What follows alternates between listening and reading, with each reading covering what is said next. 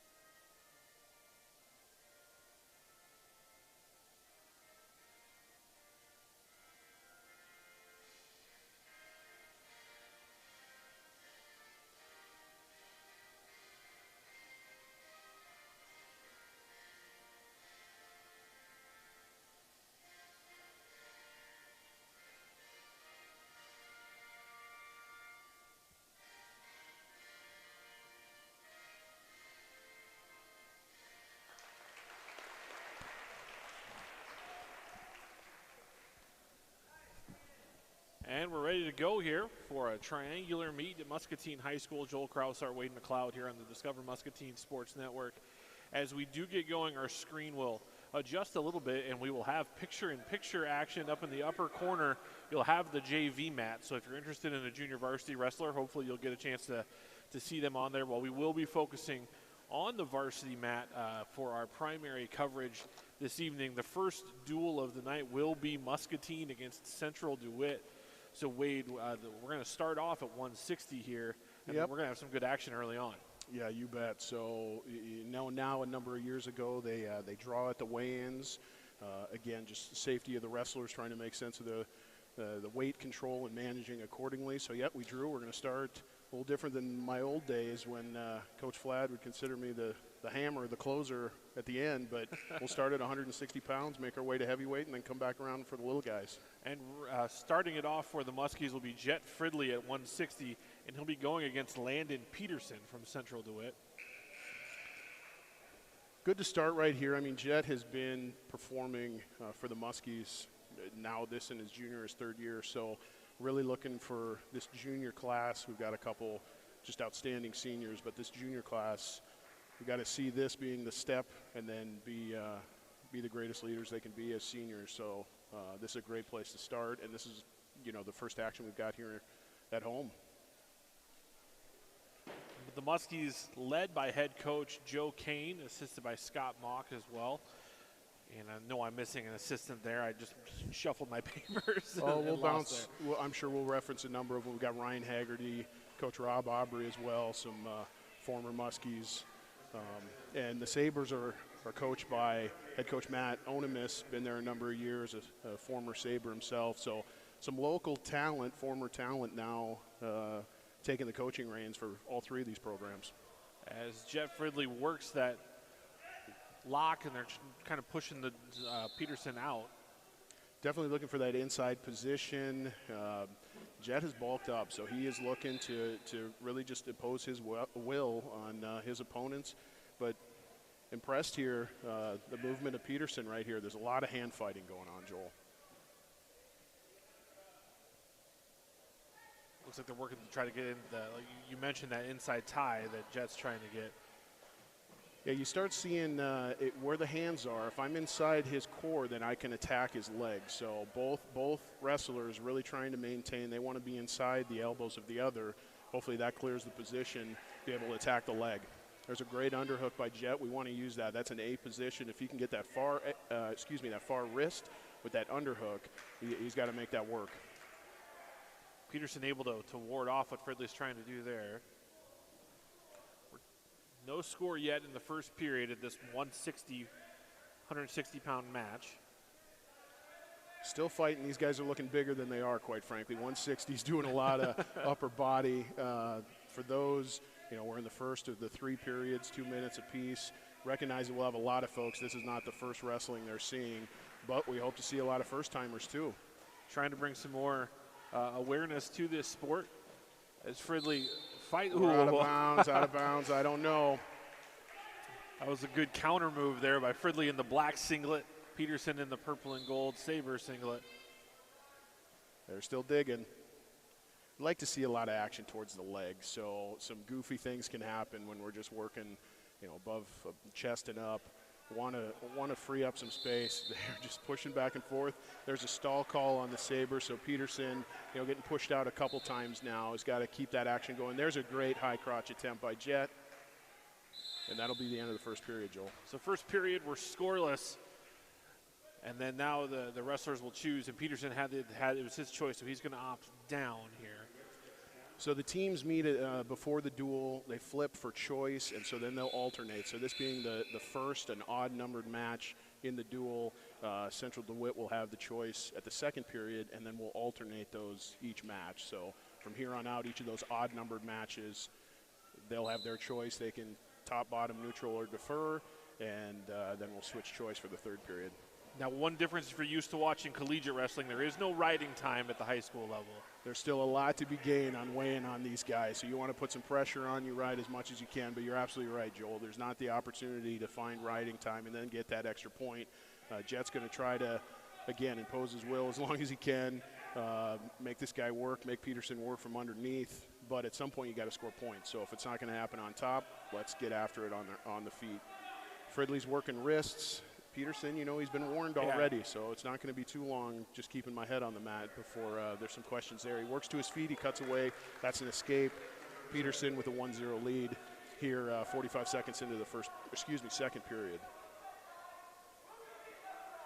So they're back into that collar tie, hand Looking fighting. Familiar, yep. We'll see if Peterson's got a shot here. I think he's long enough. He's looking, monitoring those steps that Fridley's taken. There's a lot of pressure forward, so if Peterson can change his levels and attack that leg, Jet may be leaning a little bit here. We want to see that high crotch from Jet again. And Jet Fridley in the black singlet for Muscatine against Landon Peterson from Central DeWitt. Peterson, one of a number of seniors for this Saber squad, and they're led by a couple of great ones. We'll see him at heavyweight and at 120. We're in a front headlock position. You'll see Peterson, and our camera will do it right on this side, holding on to that elbow. It's going to be tough for Fridley to score with Peterson holding on. They did just give him 2. He says he's got enough control around that ankle. Awards the 2. Fridley up 2-1 here in the second, down under 10 seconds now. Want to stay on top. You want to be on top to finish the period. You can't get those points back, so it's imperative for Peterson to at least break that lock and get his one. Nothing will happen.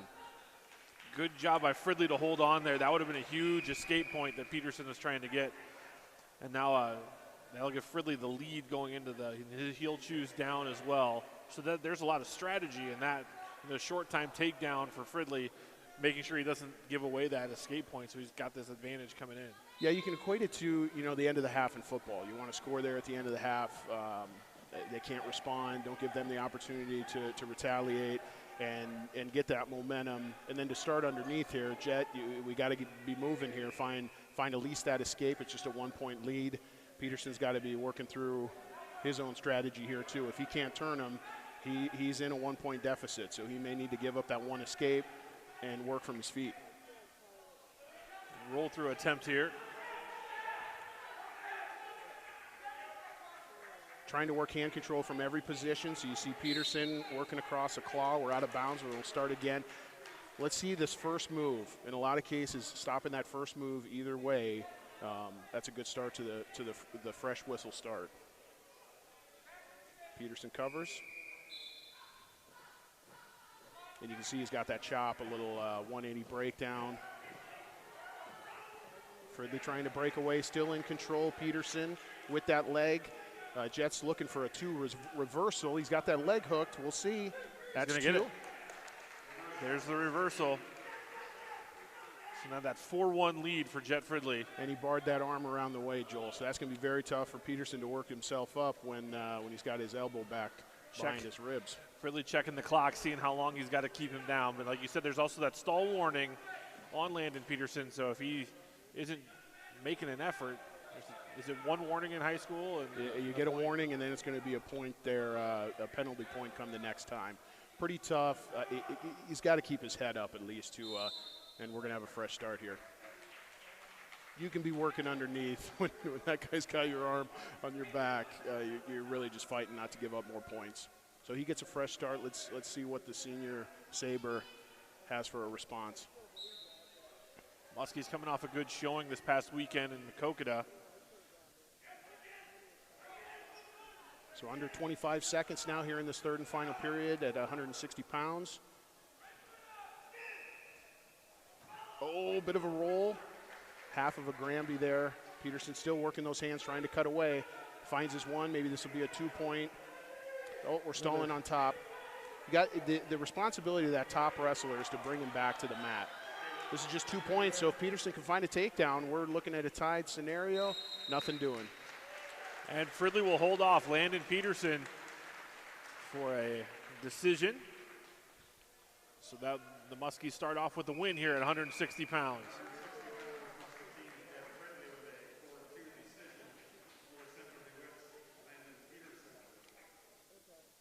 So that will bring up now the next match. One thing I really love about wrestling is the pace at which most duels and most triangulars move. You might want to talk to my mother about that, because I tell you what, it can make for a very long night or Saturday at times. But you're right, Joel. There's no doubt. You've got 6 minutes, 7 minutes in college. You hope to have constant action, but there can be a lot of sitting around for parents, grandparents, little sisters, just waiting for the next action to come. But for us, this is phenomenal. You go from one right to the next, and the kids are leaving it out on the mat. And this is a big one for the Muskies. You mentioned the history in the making, potentially in the pregame show. Tim Nimly, the senior 170-pound wrestler for the Muskies, he's going to have 2 opportunities tonight. He has 98 career wins. He's going for 100, and he needs these both tonight to get that feat. Joel, this is amazing for our program. We've got, Tim, our returning state place winner, looking for his 100th victory.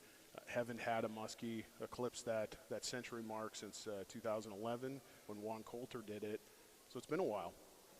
Yeah, it's something that you're obviously a huge part of the program, both as a wrestler and as the former head coach.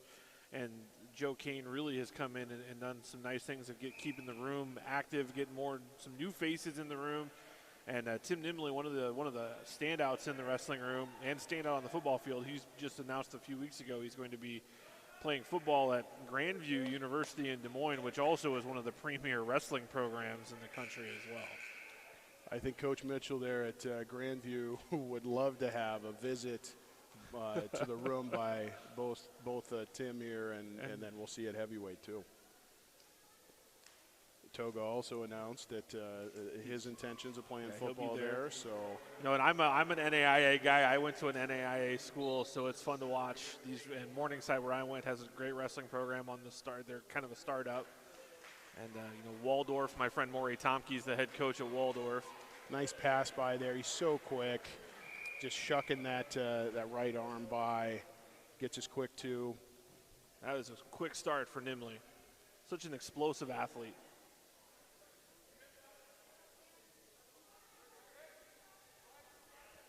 It's one of those traits that obviously you just see in so many different sports. He's going for the fall here. He's got him over on what we call the farmer there, Joel. So, yep, he's looking. There it is, a fall.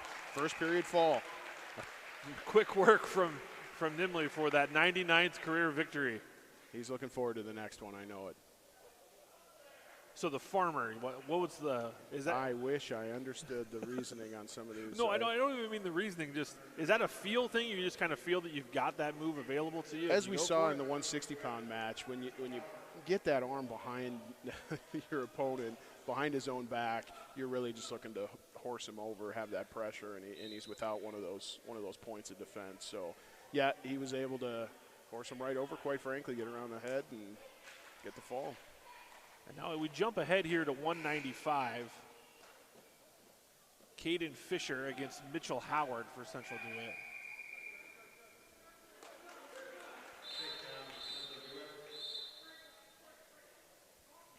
That is the matchup. I believe we had a forfeit at 82. At 182. I missed that. And so our team score still just reads 9-0, Joel, so that should have been the decision and the fall.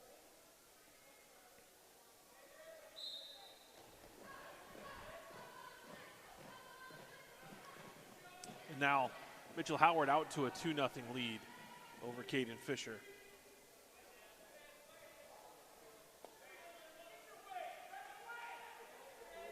He's trying to get a turn there from the top position.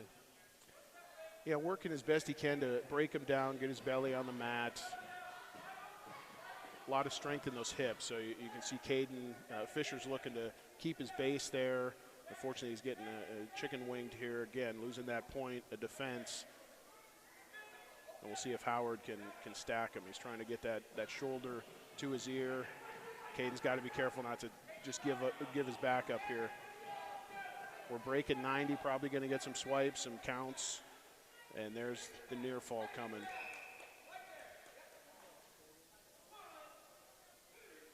Caden's going to have to clear that arm. Otherwise, we're in trouble.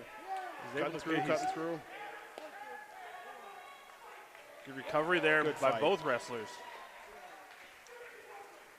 Howard almost caught him on the recovery, but Fisher able to get his arm out and get free from the back points. Yeah, the 3-point near fall.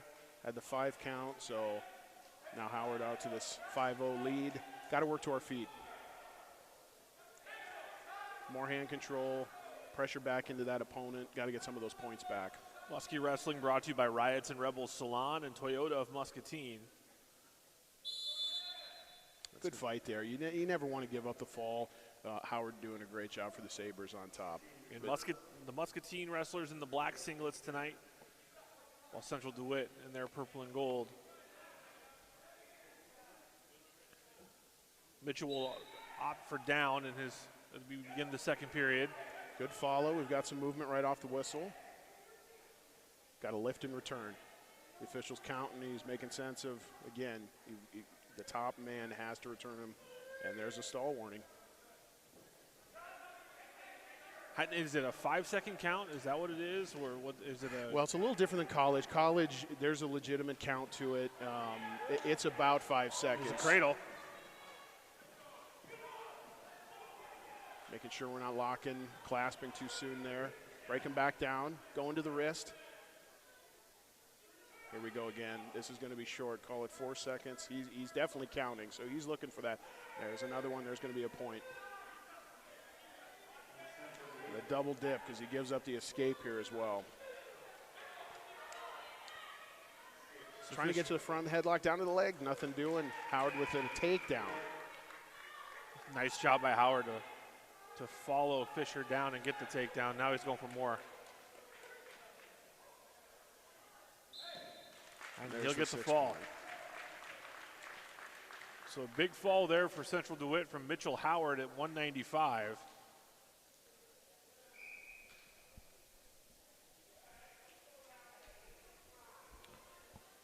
As the Muskies. We moved to 220. Got Nate Beatty and Devin Lusky from Central DeWitt.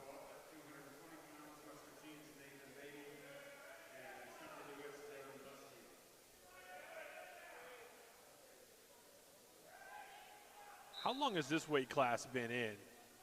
I mean, it's been at least a great 15 question. years. I would say, right there, quite frankly, Joel, because it was after our graduating 2000, but we had some kids, coming into Iowa State who were 215 at the time, so all the weight classes changed a number of years ago, but spot on. I'd say circa 2002 that we threw in that extra one, just a lot of weight between 189 at the time all the way to 275. Unfortunately, my personal opinion is it's depleted those upper weights a little bit, that we don't have as many student athletes then performing just because we gave one other weight. But there's no doubt there have been some phenomenal football players who found their way right in that 215, athletes 220. who can't really get up to the higher weight and don't want to cut down to the 195 because they play football at 225 to 230. Remember James Morris from Solon, I think, wrestled at that 215, 220 weight. It is perfect for those. Yeah, we've had some running backs, some that not necessarily just your big boys on the line. We'll see two of them coming up next. But other football players, thick enough, like you said, that over 2 bills and they can really move. These guys are moving well. You see a lot of the hand fighting again, trying to get inside. Still want these guys to be attacking the legs, working a front headlock, snap. Beatty fighting it off. Able to keep his feet moving to kind of fight that off. Short, choppy steps.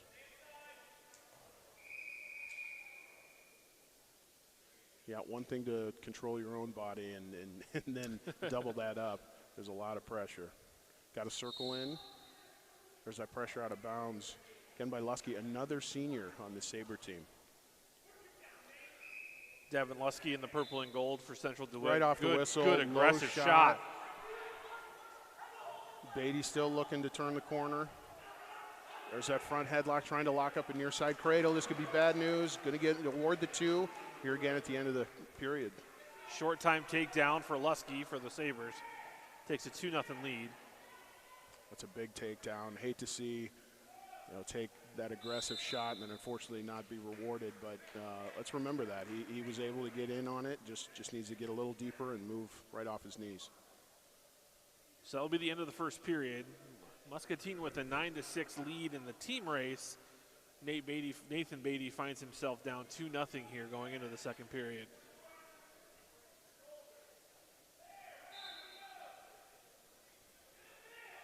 As Beatty tries to drive. He's doing a great job. Little spiral ride here. You can see he's putting pressure on that far leg, getting to the wrist, keep a hold of that wrist. This is a great ride, and hopefully end up breaking him down to his belly. Hand control in every position. And you can see he is still trying to improve. He's not just trying to hold it in one spot, which will help you prevent that stall call. Bingo. Yeah, always looking to improve. Got to break those hips. That's where the points are recorded. We've got a bit of a red zone here on the wrestling mat too, between those armpits and the hips. That's where points are made. So if I can control that area, it's not all low, it's not all on the head. We're going to stalemate. There wasn't a lot of action by either wrestler, so the official start us back here in the referee's position. So now Beatty will go back to his on top position. Lusky tries to get a quick restart there, but Beatty able to hold him off. He's breaking him back down. Like to see on our toes a little bit more, putting a lot of pressure on those shoulders. Thank you all for joining us here on the Discover Muscatine Sports Network. Presented by Hy-Vee of Muscatine and First National Bank. Beatty continuing to try to improve his position. And again, no point for riding time, but a lot of energy being expended by the Central DeWitt wrestler. Just working him down. Lusky got that takedown at the late part of the first period, so he has a 2-0 lead. He seems to have kind of just been content, fighting off the turn here. Now he gets a stall warning. Suck him back.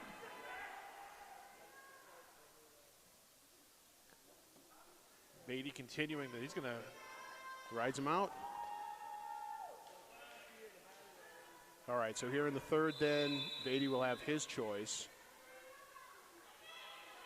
He's immediately going down, Joel. Yeah, because now you can get up, get the escape, take down, and take the lead. Is the strategy there, right? You betcha. Let's see about this whistle start. Got to have a clean start, right on the elbow, right on the belly button. Lusky kind of flopped on top there. The official gives him a caution. Get 2 of those warnings, and then it will be a penalty point. Better start there. Beatty trying to get up and get that escape. Some good action going on the JV mat, which you can see in your upper corner of your screen. As now Beatty's still trying to get that escape. Lusky doing a nice job of getting his ride going.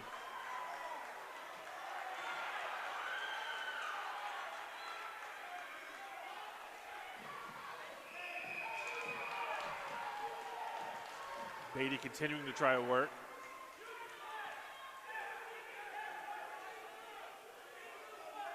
Now you mentioned when Beatty was doing his ride, you mentioned the spiral ride. What is that technique? I've heard it before, but I've never really understood it or know what it is. Of course, the spiral really just comes from, there's a there nice it is. There's a little.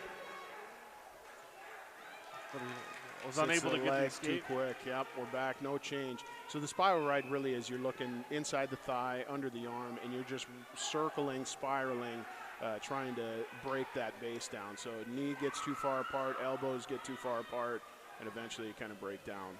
So Beatty's got to try to get back to his position of strength here. He's flat on his belly, which is not good. Looking to neutralize the situation. First and foremost, hand control, get back to that base, and then get to work again. Got to keep fighting. Lusky riding tough.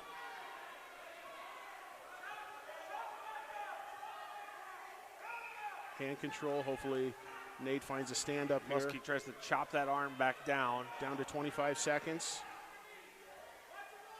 Oh, the roll attempt. Lusky doing a nice job on top.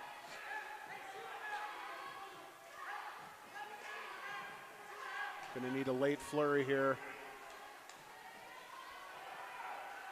Just not enough. Beatty's going to fall by decision 2-0. That late period takedown by Lusky proving to be the difference. That'll be a win for Central DeWitt. And that will tie the team score up at 9. And now we get to the heavyweight.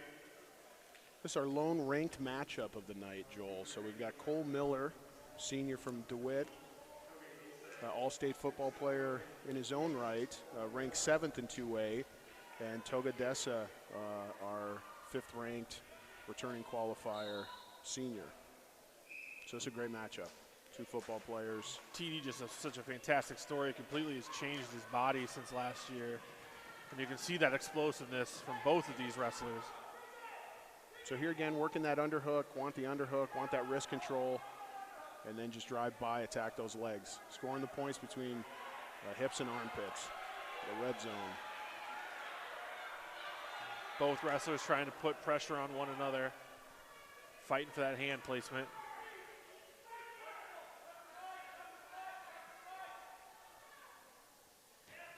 There's a little duck to the outside, passes him by, body lock. Good response by Miller. That's quick reaction. Both wrestlers very comfortable going against top-level talent, both state qualifiers. Footwork is the name of the game for these big guys. You got to balance is so important. Light on their feet. Obviously, what they've done on the gridiron has helped with that as well.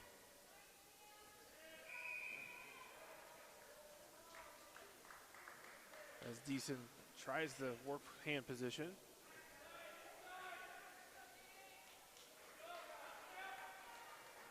Kind of literally feeling each one another out here, trying to figure out where the shots are going to be available to take. Yeah, a bit of a stalemate. We're still trying to push, throws him There's by, a gets shot. the single. That's going to be 2. Oh, is he out of bounds? No, we awarded the 2. Awarded the 2, maybe a injury time. Not sure what happened here, Joel. I kind of was shielded from the contact. It looked like maybe an ankle.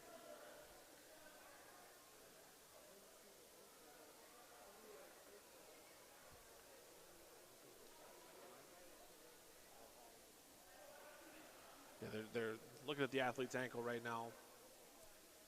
But, and I still haven't gotten clarification. Did they award the 2 points? Well, it's not been awarded. Well, I'm not seeing it on the scoreboard either, Joel. But wrestlers were the only thing, could have been that the official saw some concern for Miller's ankle there if he responded accordingly and tried to disengage that contact. Both athletes going out of bounds, towards the out of bounds circle. Obviously, hopefully it's, he seems to be in a fair amount of pain, but hopefully it's just a minor injury, but hate to speculate. I know not to speculate. Yeah, nor I. It does have the look of maybe, I don't know if he came in with some concern for that ankle, but he was well aware of that initial pain one way or another. So the athletic training staff, evaluating him, and they are going to have it looks like they've awarded an injury forfeit, I believe is the terminology for default, that. So, yep, correct. So yep. Injury default, so that will be, is that a? That is treated as a 6 point. Okay, so that was like a 6 point fall, injury default. So unfortunately, hate to see such a quality wrestler like Cole Miller. I was looking forward to that match. Agreed. Cole Miller go out with an injury like that.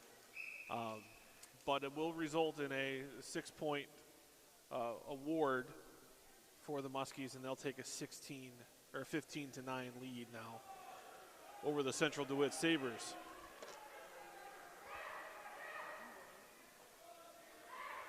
And that will bring us back now. Yeah, you'll have to readjust your cameras here. These boys are just a fraction of the weight that we just had on the mat. Well, but the person entering the mat for the Muskies is a wrestler you're extraordinarily familiar with, your oldest son, Gavin McLeod, the freshman. This is true. It's interesting for me to see a McLeod not at one of the higher weights, just growing up with you and knowing you wrestling, Gavin making his home debut tonight. Yes, and although front headlock here, although we didn't have the 220 weight classes we already discussed as a freshman, I weighed about 220 pounds, so you can bet the family gets a kick out of Gavin not even being half of that, quite frankly, here at the 106 pound. And he is going against Keaton Cruz. Cruz gets a takedown quickly with the tilt.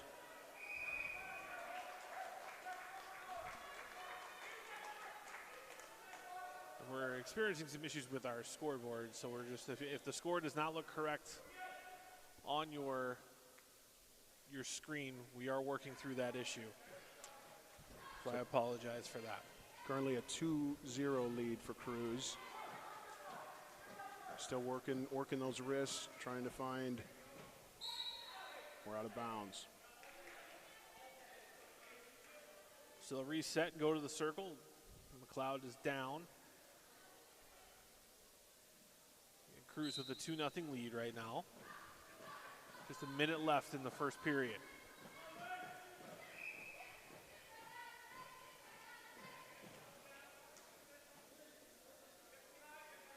We've seen it a couple times, trying to get the wrestler's elbow on the back. Scoops, here's that farmer again. And Cruz taking McLeod over, getting some swipes here, got near fall.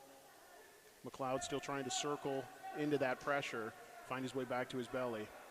And Cruz is not letting up. He's looking for the fall, looking to get those shoulders. Wiggling through. McLeod at least gets back to his belly, needs to bring his hips up. And we're neutral. So 5-1 with the escape. McLeod brings the pressure back to Cruz. Low level shot. Gavin with trying to get a. He gets the short time takedown. With just 2 seconds remaining. Big takedown there from Gavin McLeod. Felt the pressure coming. Good response on your toes. Nothing flat-footed. Cruz is going to take that bottom position. So 5-3 is the score in favor of Cruz going into the second period. We're at, again, 106 pounds. Gavin McLeod for the Muskies in the black singlet. Trying to work that half. Hips in parallel, unfortunately. So Cruz is still working his hips back up. We've seen this attempt with the wrist for a breakdown.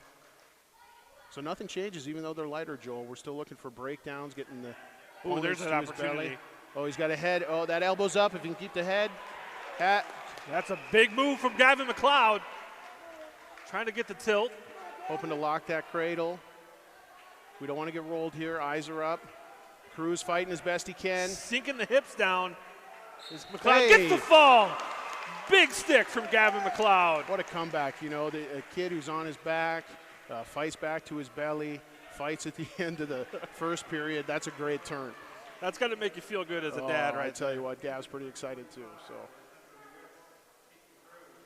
fun to bring this to a number of family members too, Joel. Can't thank the whole crew at Discover Muscatine, all our sponsors. Yeah, that's a fun one. I've been working in multiple roles. I've been trying to get more wrestling attention, and we've finally been able to do it with Chris Anderson and Discover Muscatine. And we've got a forfeit here at 113, so we're trading 6 points. The injury default for the Muskies, the fall at 106, now the forfeit for another 6 points. You know, and same at 120 as well. Muscatine is open at 120. But they didn't do this at 182, which is interesting.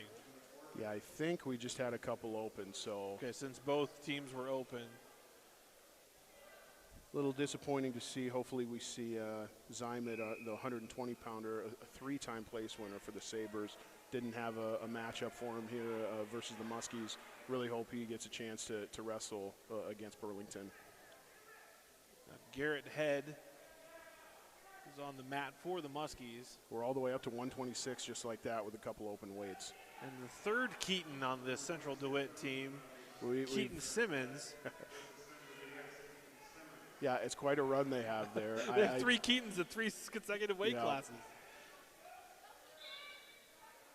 So Garrett Head, a very long 126-pounder. A sophomore, there is not much extra meat on Garrett. I tell you what, he's a tough one, finds his cradle in just about every position. And he gets a takedown. He's taken down early. Simmons has the early takedown, yep. Got to protect the shoulder there of Head. Potentially dangerous call. They'll reset to the middle.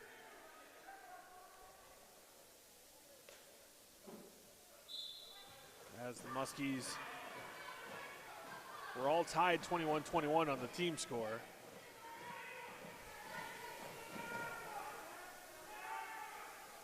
This is the first of the final 5 weight classes. And those bonus points are going to be the big ones, Joel. We don't want to give these up here either. Head trying to prevent the turn. You can see Simmons just, no matter, there's really not even a move here. He's just given that constant pressure to his opponent's chest and just looking for the turn.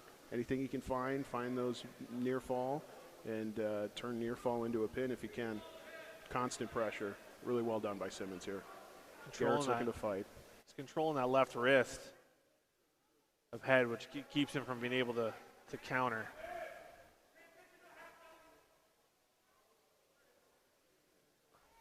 Head's trying to bridge and work his way through, but just about there.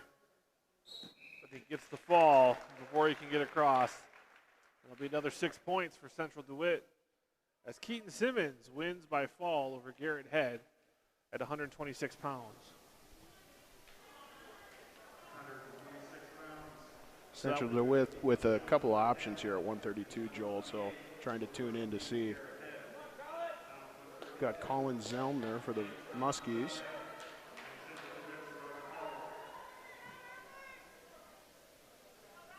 Against Robert Howard, I believe, another Howard. I'm not sure what relation we have there, but looks to be slick on his feet. He's right. Really strong takedown. Yeah. Aggressive shot.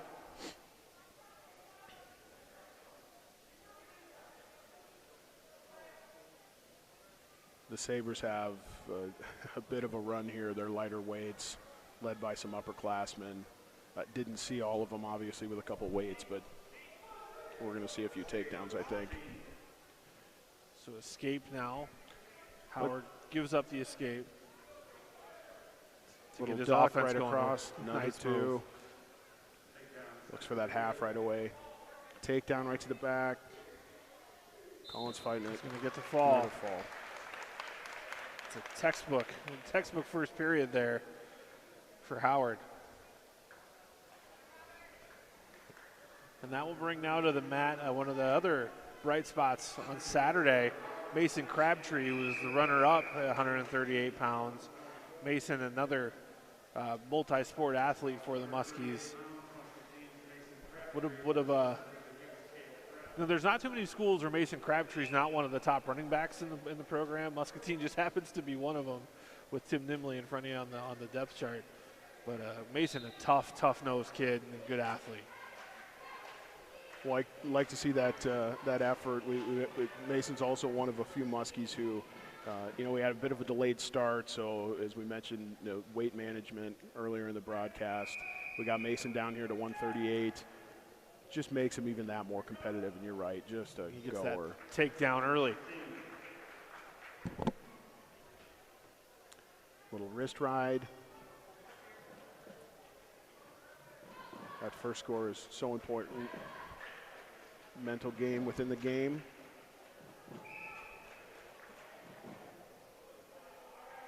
Crabtree getting some riding Grell here. So he is parallel here. We already know that our official wants to see action, so he's got his clock ticking. Mason's going to have to tie something up, get off to the side, and look to score some points. He's doing just that right now. Not a clear shot, but you can see he's trying to get that arm above the head, either to a half Nelson or be able to bar that arm up on his back. Unfortunately, Grell's not doing too much underneath either. I know he's got a parallel ride there. Pops right up as Mason hops to the side. Muskie Wrestling brought to you by Lutheran Living Senior Campus, River Rehab Physical Therapy, and Eastern Iowa Community College. On feet, Mason good returns him return. Back. Good return from Mason Crabtree.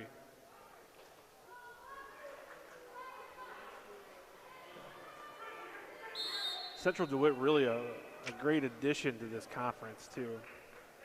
It certainly made sense from all the travel, and they've been right there. Over the years we've seen a lot of Central DeWitt, but just not in the conference tournament. Completely agree, Joel, that this is great. Hate to see Burlington, longtime rivals, leave the MAC. But this is a good addition. Cale Grell against Mason Crabtree. We did have a warning on Crabtree. The official started us back here again. Grell's got to do a little underneath as well. So just that takedown, the difference in the first period. So 2-0 lead. As Grell's going to defer his choice. And Crabtree will go down.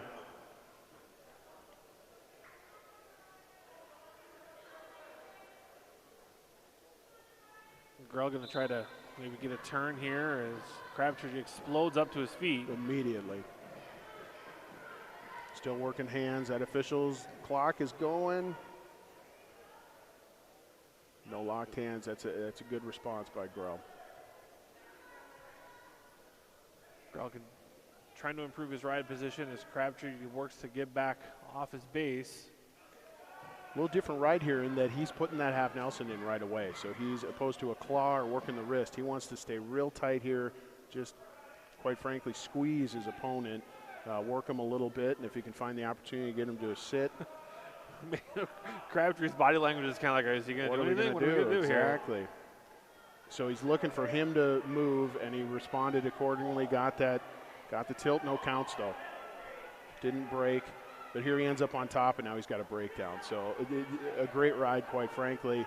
But you're talking your opponent into moving a little bit and reacting accordingly.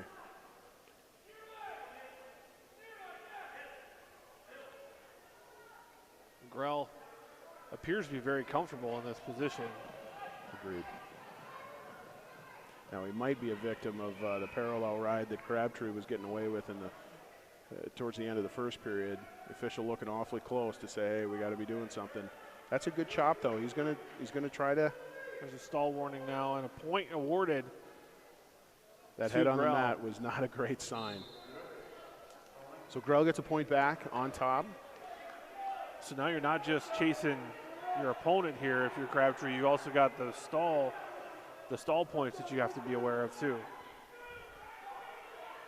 Let's see if he has that same explosion right off the whistle.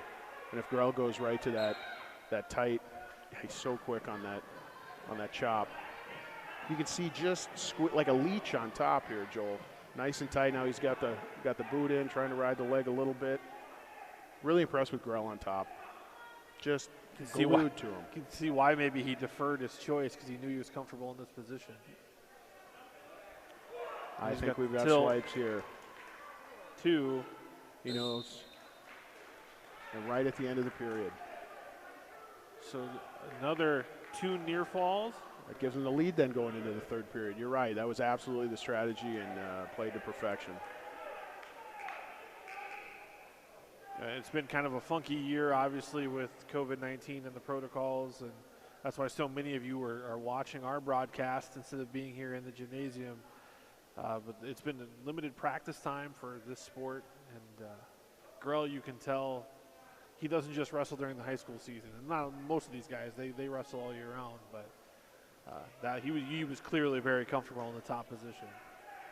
Yeah, we'll see. And it's not just been one move from up top. It's constant pressure, but he's trying wrists, he's trying halves, side to side, pinching with the thighs. That's a good ride. We're in short sit position. Mason trying to bring Grell's hips to the mat while he elevates his. Doesn't want that leg to come in, and Grell naturally throws that power half in. You're very comfortable.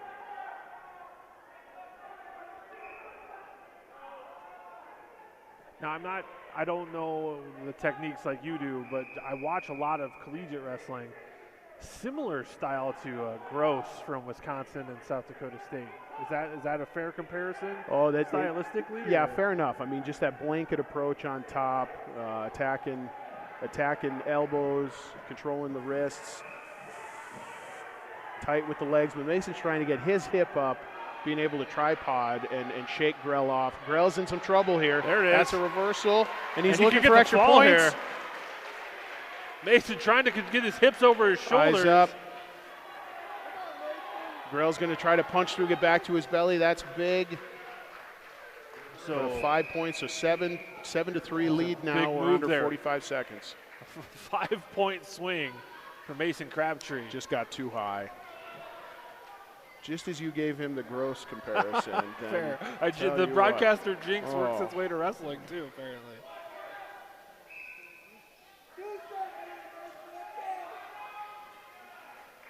And you talk body language, you can see it now. That's a tough swing. Grell's going to keep fighting here. Well, and if there's one adjective that I've heard every coach describe Mason Crabtree as, it's toughness.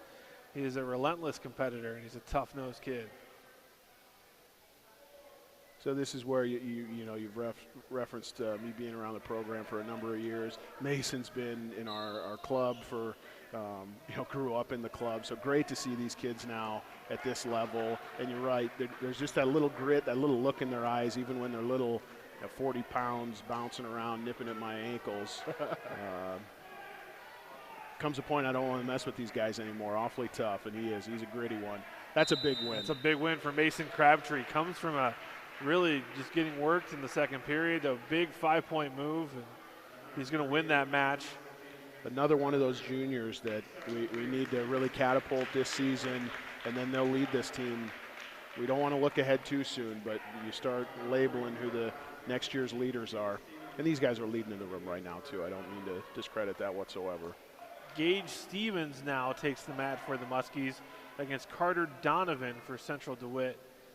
And because Mason has made his way down to 138, that opens up this spot for Gage. So I'm really excited to see, if I'm not mistaken, this might be the first varsity action for Gage this year.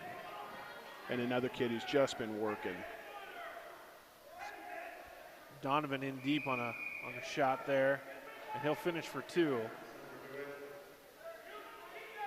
Central DeWitt leads the team score 33-24.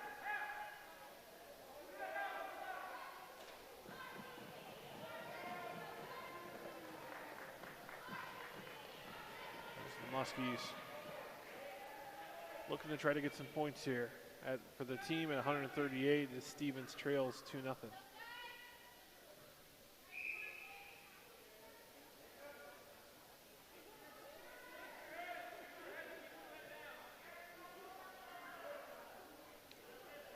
Donovan putting the leg in there, Joel. We see it again.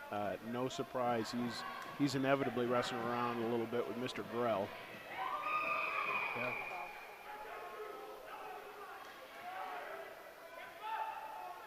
So now he's got to avoid trying to get. He got too high a little bit there too. Yep. Bump those hips. We got a reversal. So here again, you know, Coach Kane is showing that. We can't see him screaming through the mask over there on the sideline, but getting those hips up, you get too aggressive on top there, find yourself on your hip. We got a time here maybe for some blood. A blood timeout here. Yeah, we've seen almost in the exact same spot on the mat, two matches in a row here, as Muskie's doing a good job of forcing their opponent to get too high a little bit too, and capitalizing on the mistake. Muskie Wrestling brought to you by Bear of Muscatine, RIVO Plumbing and Heating, and Lutheran Living Senior Campus. We couldn't do these broadcasts without the community support. Big thank you to all of our sponsors. Stevens trying to hold on to this lead here. We haven't seen this near ankle ride. He's trapping the leg with his own. Donovan breaks it, gets to his feet. Stevens just applying the pressure. We're back on top. Broke him down. Yeah, he's really trying to that escape this late in the period.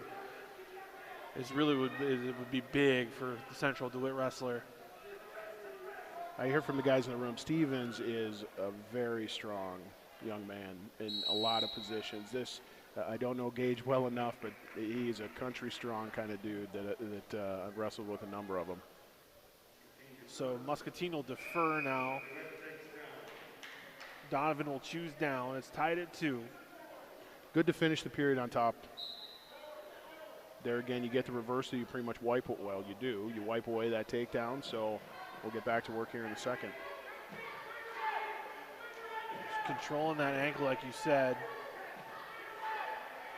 Spreading him out. Yeah, Donovan working as best he can up to. Just too much pressure there on that near knee. Stevens. He's looking to play around by putting that leg in. I don't know how we feel about that.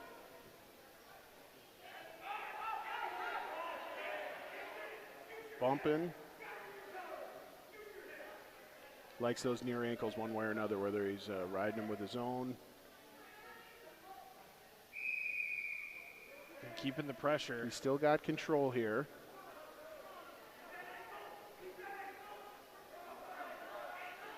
Donovan's trying to come up now and get a reversal on his own, and they're out of bounds. So Stevens is still in control. And we're still worried about this. Yeah, I don't know if it's the forehead or. CBI Bank and Trust, along with Hy-Vee of Muscatine, bringing you Muskie Wrestling. We'll be back in the gym tomorrow night as the Muskie boys will face off against North Scott. Seamus Buddy and his crew come down for a Mississippi Athletic Conference basketball matchup. We're at the second to last match of this particular matchup between Muscatine and Central DeWitt, but the Muskies will also wrestle Burlington tonight, and Central DeWitt and Burlington will face off as well in this triangular meet. Yeah, I trust we've gotten, hopefully we're hearing from some viewers, both of the Burlington and Central DeWitt contingent. So stay with us. We'll be talking our way through that matchup as well. Because I think one thing is we are, obviously a whole huge part of your life is wrestling. I'm known as kind of a football guy in this community, but wrestling is easily my second favorite sport. So we want to keep this sport alive and well. I mean, you can't grow up in Iowa and not have an appreciation for this sport. And we want to make sure everyone else has access to it. As a son of a collegiate wrestler who was an All-American although I was born up in the Dakotas and spent my first years in the Dakotas, I didn't know much of the sport of wrestling until we moved to Iowa. So that's just a testament to that, Joel. Your dad, University of Wyoming? Is that where? Dad wrestled for Concordia in Moorhead, Minnesota. Okay. Yep. I knew it was further north. I, for some reason, had Wyoming in my head.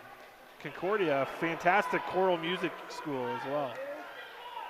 As now, Gage Stevens continues to work. A lot of pressure. He's just driving, short time. Rides him out. And that is not because he was just hanging around, nor was it that Donovan wasn't moving. There was a lot of action there.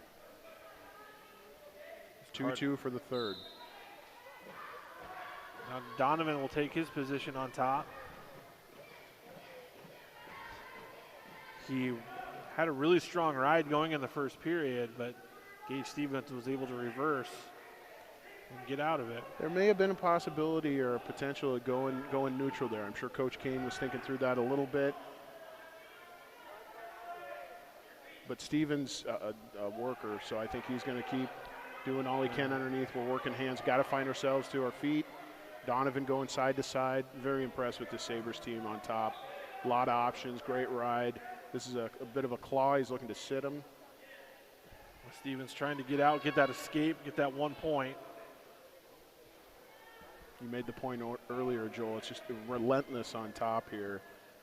Not always giving points, but hoping to open something up. He does find himself barring his arm. Oh, don't let him get that wrist. From one to the next. A lot of chain wrestling. Everything building upon one another and setting up your next action. Looking for a lot of angles. Steven tries to get a tilt there, unable to, or excuse me, Donovan trying to get the tilt. Shaking those hips again, maybe a little high. Not quite the same scenario. He's been there before. He learned, he kind of recovered a little bit now, and now it's a little bit interesting. Stevens hoping to, he's going to go to the head as well, shaking. Donovan arching that back and finds himself back in a safer spot. Oh. Oh, he could be giving up some points. Now Stevens, he's got to get his head out. Shake. Head hunting a little bit. Oh, potentially dangerous here. So I'll stop the action. I think we're just down to 12 seconds. We have 12.3 seconds to go in the in the third period. We're tied. Tries to get that first move working to his feet. No, tips him back. Oh. Unable to. That was close. That could be quick. He's still riding. We're going to overtime. So we're going to our first overtime matchup of the day. So we'll put a minute on the clock here, Joel. Both wrestlers doing a nice job of reacting to each other. Now is this sudden victory here? It is, yes. So the first points will score, and Donovan in on those legs right away. Stevens only so comfortable here, trying to stay as tight as he can. Doesn't want that head to pop out. Switch over to the other leg. Really looking for a stalemate as tight as he can stay. It's a 1 minute overtime sudden victory period here. Oh, gets his hips clear. Good recovery from Stevens. So now if he can get his hips away, break that lock. Donovan still got the head to the outside. This is good work. Both wrestlers. Stalemate called, so we'll go back to neutral. Fantastic job from Stevens to ward off that deep shot. I thought he was dead to rights, Joel. That was a deep shot. He's going to take another one. He's a better reaction here. Still elevates the hips. Now he's off to his side. This is going to be tougher to stay tight. Short time, down to 11 seconds. It's kind of pulled him back in a little bit. Donovan looking to dump him here. Pop that head out. If he can pop the knee free of his. And that's going to survive the sudden victory period here. Gage Stevens doing a fantastic job in the black singlet for the Muskies. So Stevens wins the coin toss, and he's going to go down. Now we're in 30-second period here, and this is not sudden victory. Yeah, they will wrestle this out unless I'm mistaken on the recent rules. They'll each have a chance of the 30 seconds. If we're still tied after those 2 30 seconds or minute, we'll put them back on their feet again. This is where, unfortunately, me as the retired coach, as I'm bouncing in and out between college matches and high school. Yeah. And there's just enough differences in the rules to get lost. So no points there. This will wrestle this through. So Donovan certainly looking to score, but in the event he gets an escape, we're still wrestling live until the end of this period. The return there from Stevens, and they've both proven that they can ride one another out. So there's no foregone conclusion that points will be scored. Although Stevens getting a little high, a little towards the head. He's got that leg ride. Donovan bumping hips. This is going to be tough. We're hoping he puts in a little. He might get some swipes here if he can get that half, cranking the head. Oh, don't get too high. He arches the back. All right, we're going to go back to our feet again. Fantastic match for these guys. Some more bonus wrestling here between Carter Donovan and Gage Stevens.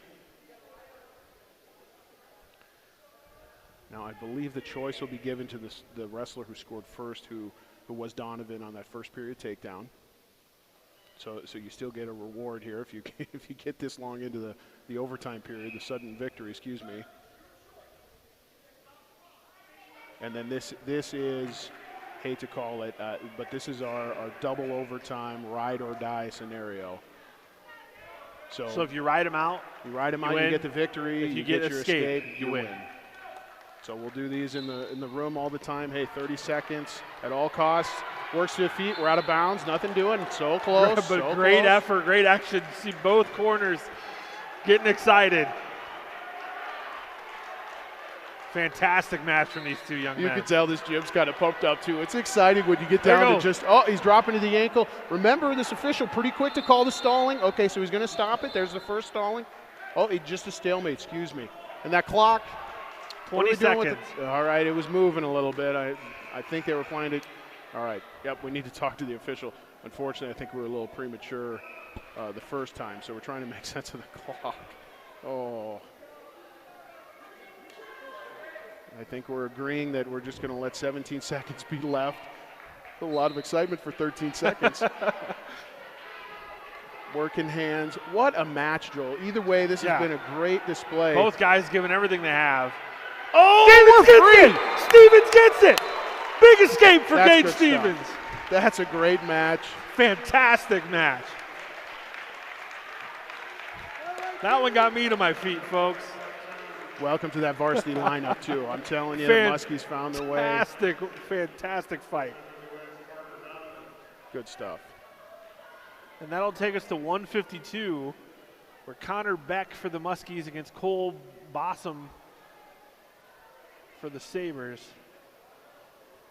I mean, and that match right there is really what is so addicting to me about this sport, is that, you know, there's the only real stakes there is just personal pride and your own personal record. I mean, obviously you want to win a match for your team, but the arena feels the same as it does, you know, in a bigger, higher stakes tournament. And obviously other sports we have the chance at an overtime period, but you know, you train for that 6 minutes, but you can go a 7th, you can go an 8th, you can even get into that 9th minute, as was the case. And I cannot discount anything for Donovan. No, Carter Donovan, fantastic match. Connor Beck for the Muskies in black and Cole Bossum for the Sabers in purple and gold. I think we're going to see some action here too, Joel. These both these wrestlers, they've got some funky stuff, if you will. We might see a throw or two. You can see at this weight class, you don't necessarily work upper body as much, but I think they're both looking. And just as I say that, Bossum down and on a single leg. You see that wrap on Beck's shoulder.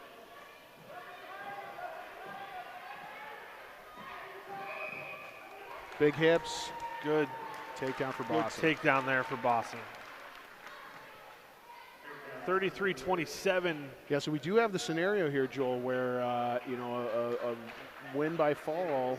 If Connor could find a pin, we'd be tied. We'd go to some criteria, which I don't have in front of me, of course. So but here again, at least it comes down to the final match. Beck gets the escape. So it's a 2-1 lead for Bossum. And Connor's a pinner, so don't don't be surprised if he pulls something out here. Wade McLeod, Joel Kraus are here on the Discover Muscatine Sports Network.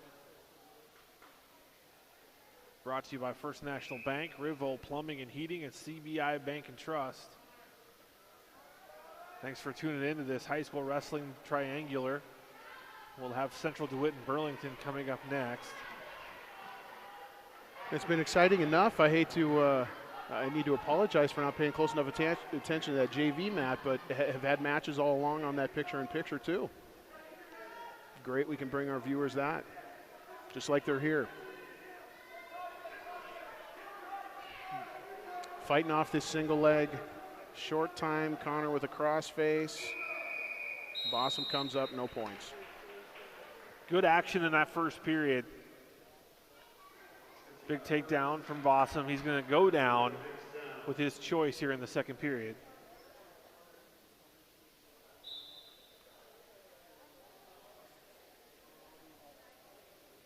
Connor Beck tries to ride out Bossum. Good quick hips there by Bossum, you're right, to square up as best he can. Connor still drops to the leg. He's still in control, so it's still his responsibility to get back into a top position to look to improve. Just as Bossum's trying to at least find a one escape. And in fact, if he can turn it into a reversal, even better. Connor just holding on. I think we might get a restart here.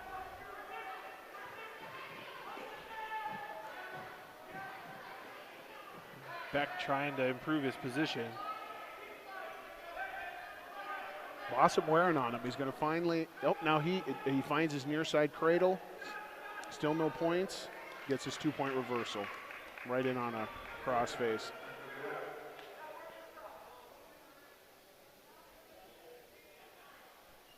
Now Bossum begins his ride. It's been really good action in almost all of these matches tonight. It's been a great duel. I don't know what kind of break we'll have in between here. I hope that Cole Miller, whatever injury was sustained on that ankle, that he's doing fine. We'll see if he's out of action for the rest of the evening. I would say that's been the only, or the greatest, but potentially the only down, just as a spectator. Very exciting duel. Now Beck mentioned some funk there. There was an attempt at some right there. He's trying to work those hips as best he can. Better chance of doing so from his feet. So we'll see what this third period brings. I myself wasn't necessarily much of a thrower, but it can be exciting, and Connor can throw a few dudes.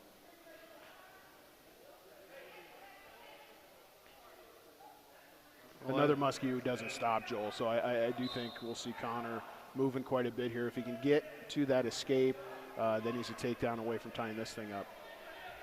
You saved your throwing for your friends on your mats at your house when we were kids. I got thrown a time or two by you. That 10 by 10 didn't go too far. No, it didn't. When we're pushing 230 plus. That's Connor Beck. Here, trying to face, got to break that lock though. Now he drives back in. Here it is. He gets his escape. You can see he's working this over-under, Joel. He's just looking for a little pressure in. Doesn't force it, which is good. So now we're within 2. This is a 4-2 score. What do you think about another overtime match? I'd take it.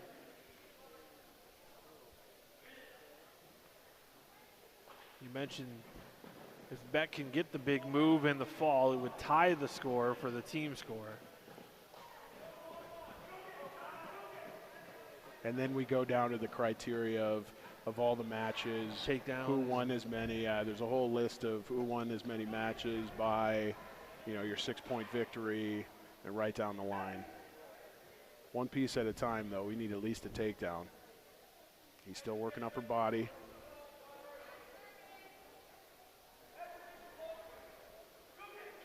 Both wrestlers trying to find that big move. Bossum very smart about how he's wrestling here, trying to keep a little space. I would be of the mindset the greatest defense is a little offense. Now, it is only 2 points, so you get a little nervous there, but he's got an opportunity just to drop to that leg. He's still pushing. He's not going to – Bossum is not looking to give him any pressure in. Oh, we're going to see some desperation. Not quite yet. 7 seconds. He's trying to tie up those arms. Double overs, whatever he can do. Little fake. Not enough time. Trying at the last second. No luck. Bossum with a nice victory.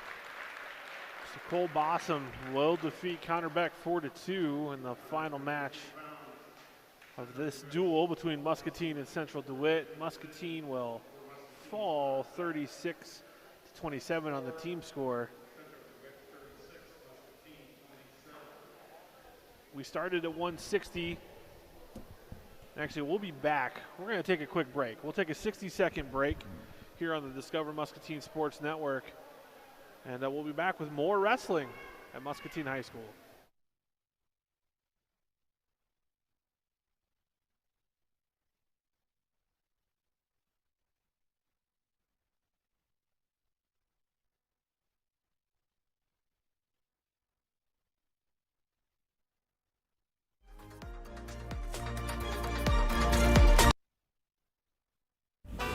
At First National Bank, we strive to provide the best customer service both in person and online. Our mobile wallet offers you great features within our mobile app. Card controls, alerts, digital receipts. Mobile wallet is a free feature in our mobile app. Check it out today. From a clogged toilet to a complete sewer line replacement, RIVO is a modern plumbing company designed to respond quickly to all shapes and sizes of plumbing needs. Bringing in our heavy equipment to replace cracked gas lines or designing clever piping systems for new construction plumbing, a family-owned company that's reliably honest and remarkably affordable. Right here in Muscatine, all day long, every day of the week. RIVO Incorporated, skill, knowledge, and tools to solve the messiest problems. There's no place like home, and Eastern Iowa Community Colleges is our hometown college. With the security we need to explore, learn, and grow, it's the smart choice, always delivering quality, affordability, and flexibility. Because now, more than ever, there's no place like home, and there's no place like Eastern Iowa Community Colleges, the community's college. Almost like it knows when you can least afford. Another clogged drain? Lucky for you, RIVO is always standing by. With multiple master plumbers on staff, RIVO not only handles your home-related issues, RIVO will also diagnose and design large-scale commercial piping systems. Family-owned, reliably honest, remarkably affordable. Complete kitchen and bath home improvement technicians. Because RIVO won't rest until your plumbing problems are gone.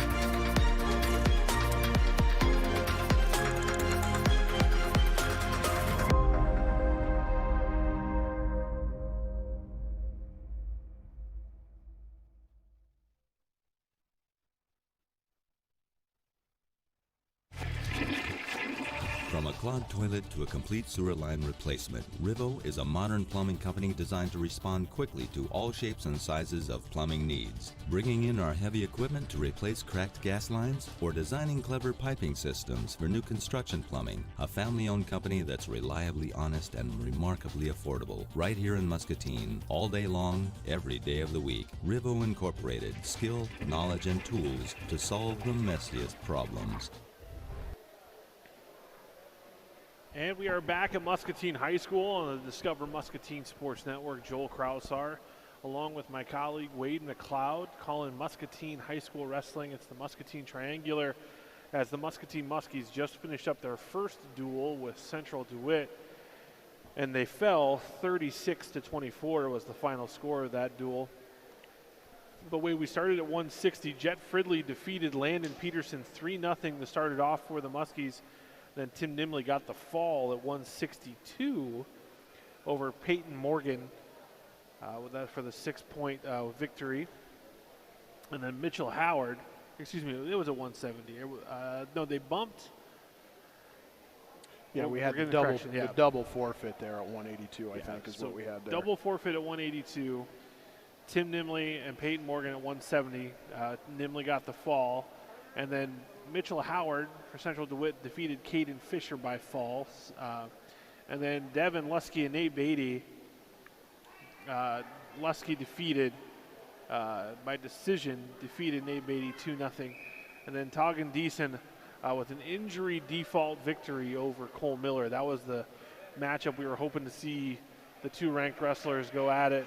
Unfortunately, on a takedown, Cole Miller appeared to hurt his ankle, and it was unfortunate he couldn't continue. Gavin McLeod with a big comeback fall over Keaton Cruz at 106. And then Royce Butt was able to, he got the victory for Central DeWitt via forfeit. Keaton Zymet, again, one of the standout wrestlers here for this Central DeWitt program. He also, Muscatine was open at 120, so he won via forfeit. Keaton Simmons then defeated Garrett Head by fall at 1:27 at 126. And at 132, Robert Howard for Central DeWitt over Colin Zelmer with another fall. And then it got really exciting at 138. Mason Crabtree with a big win over Cale Grell, a big 5-point move in that to get the 7-3 decision. And then Gage Stevens and Carter Donovan with the match of the night so far, an overtime victory for Gage Stevens in that match. And then Cole Bossum defeated Connor Beck 4-2 for the 36-24 victory for Central DeWitt. So, I mean, Wade, that was a really good first duel. We're going to have some JV action here now on the two mats as for the Muskies and Central DeWitt as they work to wrap up the JV meet. Yeah, the evening so far, Joel, I mean, just so grateful, one, that we even have the opportunity for these kids, obviously all the challenges we've had with the pandemic. And so even for them to get to wrestle, we've got some fans here in-house, but then to bring this to all of you who are tuning in from all three schools, quite frankly. And then I personally just so grateful to be a part of this. This is a great way, moving from wrestler, coach, different levels to just father, now being on the mic with you, buddy. Really appreciate it. No problem. It's and as we watch this JV action get underway, we don't have the score will not be updated for you guys on this. We are plugged into They're wrapping up a couple of these JV matches here, the first round. The two rosters for Muscatine and Central DeWitt are the larger. So getting as many matches for these kids as possible. Obviously rewarding Central DeWitt for bringing their kids. And then we'll move potentially to two mats, Joel, for Burlington versus Central DeWitt. It'll be a kind of a quicker deal with just with some openings for Burlington as well. And we're going to do our best to call those matchups today for you. We obviously don't have as much familiarity with the rosters for Central DeWitt and Burlington, but we appreciate you for those of who are south of us in Burlington and north of us in Central DeWitt, Clinton County, for tuning in to Discover Muscatine, and we hope to bring more wrestling to you throughout the year. We have another wrestling dual meet with New London on January 19th. We'll have that right here for you on the Discover Muscatine Sports Network. And then we'll have the varsity dual meet with Clinton on February 4th. We will have that here as well. So we're bringing you as much wrestling as we can this year, and we'll have more basketball for you as well. All things Muskie athletics right here on the Discover Muscatine Sports Network. Joel, to expand on those upcoming meets a little bit, that date on Tuesday the 19th, we just added Mediapolis, so that'll be a quadrangular with Davenport West and, as you mentioned, New London coming. So a lot of matches. That'll be furious too for the two of us. And you and I, growing up, we've spent a few birthday parties together. Yes. But February 4th happens to be my birthday, so I would love for an invite back. And the seat is always open. It's crazy. I get made fun of. We're 39. You'll be 39. I just turned 39, and I still remember like the whole crew's like birthdays. My kids, I bring it up. I'm like, hey, this is Greg Velasquez's birthday. Nick Gall's birthday, you know, those. And my wife's like, how do you remember all that stuff? And you just do. And then the district meet will be right around the corner, or the conference meet, then districts, and then back to the state wrestling tournament, which is what everyone is working towards. And I have told people, you know, in my professional career, I've had the opportunity to travel around the country and talk, just you strike up conversations. And I tell any sports fan, if you're a sports fan, the Iowa High School Wrestling Meet state tournament is something that you should put on your bucket list of trying to get to, because it really is a very unique sports spectacle. Yeah, now at Wells Fargo Arena at the Well, that is, you know, that's the place to get to. Not in our day, Veterans Memorial Auditorium right across the way was the way to hit. But so a little bit of a traditionalist. It was tough to adapt, but it is a phenomenal show. And in this season, during COVID, obviously taking it week by week, I sure hope it can happen. I hope we can hold on here for 6 weeks and find at least for the kids to get the opportunity, those who earn the right to go to the state tournament beginning on Thursday, February 18th, that opportunity to represent their schools at the Iowa High School State Tournament.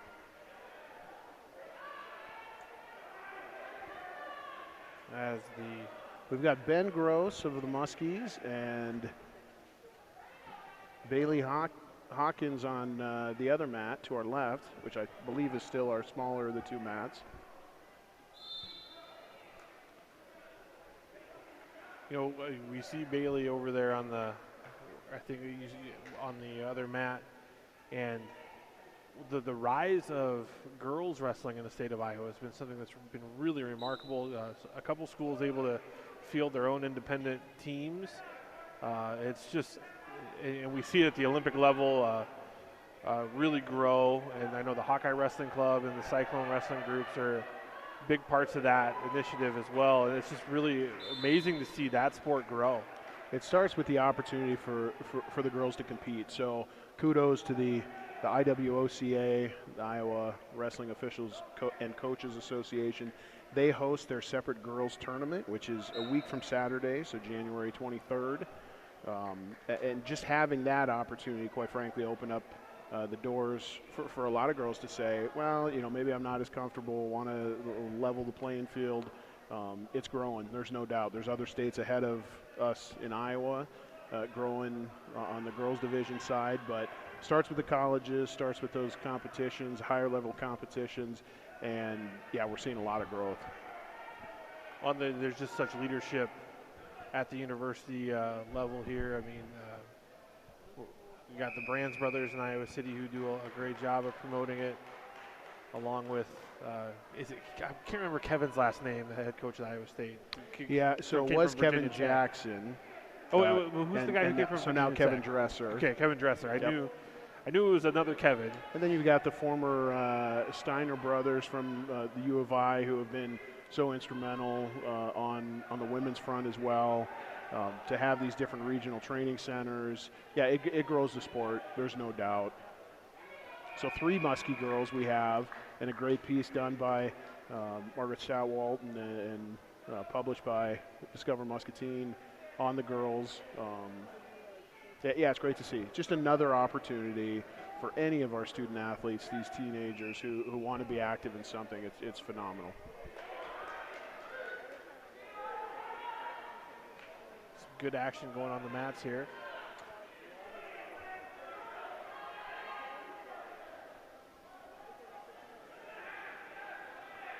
As we wrap up this JV meet, we're going to take another quick break so you can get a word from our sponsors here on the Discover Muscatine Sports Network.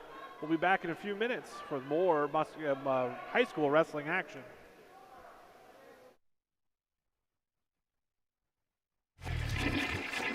From a clogged toilet to a complete sewer line replacement.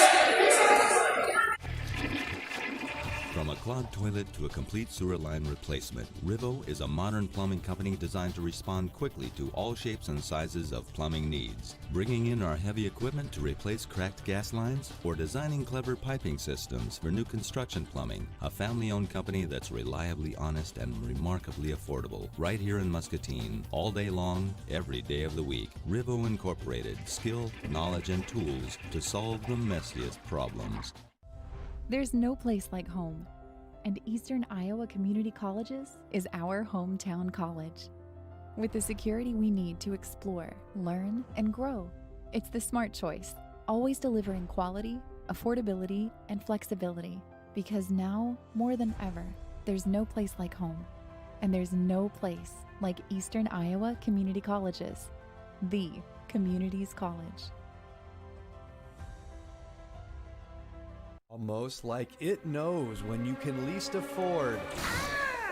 Another clogged drain? Lucky for you, RIVO is always standing by.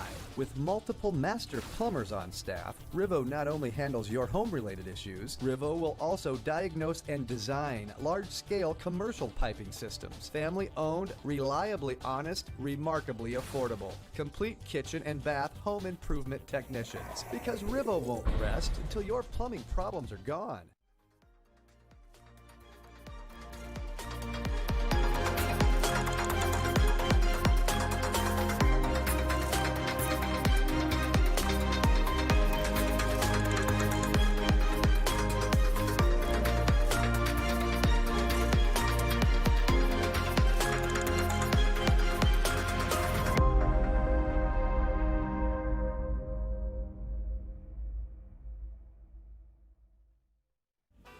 At First National Bank, we strive to provide the best customer service both in person and online.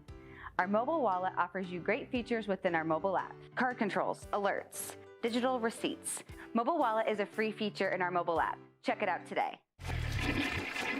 From a clogged toilet to a complete sewer line replacement, RIVO is a modern plumbing company designed to respond quickly to all shapes and sizes of plumbing needs. Bringing in our heavy equipment to replace cracked gas lines or designing clever piping systems for new construction plumbing, a family-owned company that's reliably honest and remarkably affordable. Right here in Muscatine, all day long, every day of the week. RIVO Incorporated, skill, knowledge, and tools to solve the messiest problems.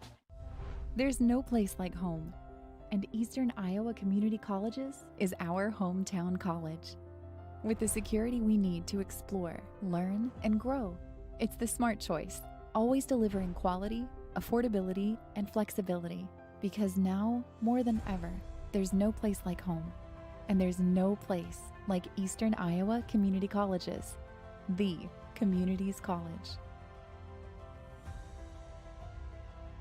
Almost like it knows when you can least afford.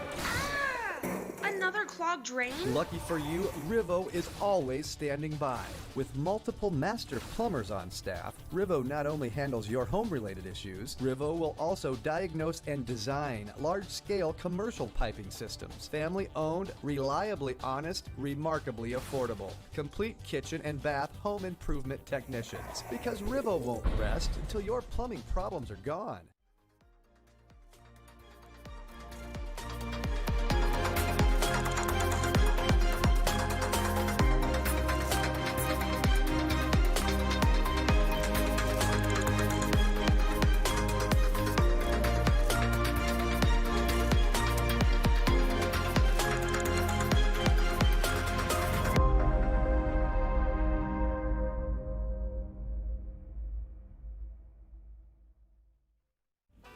At First National Bank, we strive to provide the best customer service both in person and online. Our mobile wallet offers you great features within our mobile app. Card controls, alerts, digital receipts. Mobile wallet is a free feature in our mobile app. Check it out today. From a clogged toilet to a complete sewer line replacement, RIVO is a modern plumbing company designed to respond quickly to all shapes and sizes of plumbing needs. Bringing in our heavy equipment to replace cracked gas lines or designing clever piping systems for new construction plumbing, a family-owned company that's reliably honest and remarkably affordable. Right here in Muscatine, all day long, every day of the week. RIVO Incorporated, skill, knowledge, and tools to solve the messiest problems. There's no place like home, and Eastern Iowa Community Colleges is our hometown college. With the security we need to explore, learn, and grow, it's the smart choice, always delivering quality, affordability, and flexibility. Because now, more than ever, there's no place like home. And there's no place like Eastern Iowa Community Colleges, the community's college. Almost like it knows when you can least afford. Another clogged drain? Lucky for you, RIVO is always standing by.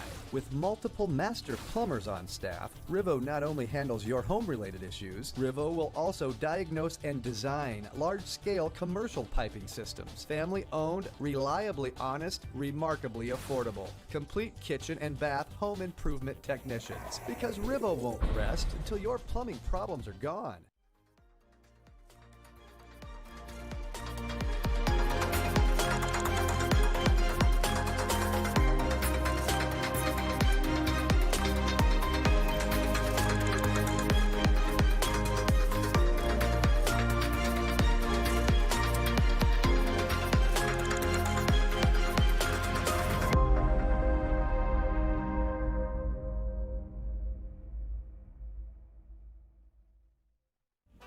At First National Bank, we strive to provide the best customer service both in person and online. Our mobile wallet offers you great features within our mobile app. Card controls, alerts, digital receipts. Mobile wallet is a free feature in our mobile app. Check it out today. From a clogged toilet to a complete sewer line replacement, RIVO is a modern plumbing company designed to respond quickly to all shapes and sizes of plumbing needs. Bringing in our heavy equipment to replace cracked gas lines or designing clever piping systems for new construction plumbing, a family-owned company that's reliably honest and remarkably affordable. Right here in Muscatine, all day long, every day of the week. RIVO Incorporated, skill, knowledge, and tools to solve the messiest problems. There's no place like home, and Eastern Iowa Community Colleges is our hometown college. With the security we need to explore, learn, and grow, it's the smart choice, always delivering quality, affordability, and flexibility. Because now, more than ever, there's no place like home, and there's no place like Eastern Iowa Community Colleges, the community's college. Almost like it knows when you can least afford.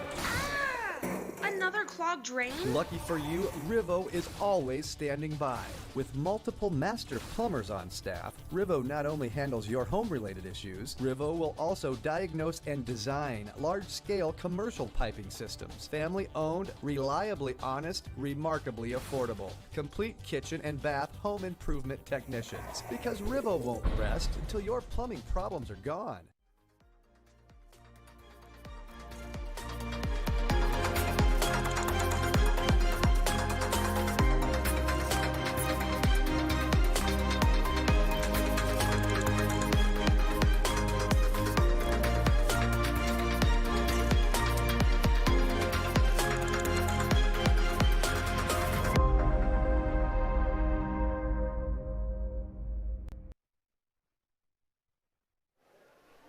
Welcome back to Muscatine High School. Joel Krausar and Wade McLeod here on the Discover Muscatine Sports Network. We're at our first intermission of the triangular. Muscatine and Central DeWitt just completed their duel. Central DeWitt winning 27. And Wade, this intermission, we just saw them do the disinfecting process. Obviously, this is a sport where disinfection and mat cleanliness is so important for many reasons, but obviously in the time of COVID-19, it's even more stringent with what we're doing to try to protect these student athletes. Yeah, absolutely. No stranger to different concerns, bacterial concerns, just such contact from a skin to skin. So you see a little less contact, not a lot of change during the course of the match. You won't have the officials. We didn't really bring any attention to it in that first duel, but the officials will just raise their corresponding hand opposed to even making contact with the wrestler shaking their hands. But in between duels here, we're introducing another squad in Burlington. So yeah, full disinfecting of the mats before we get going.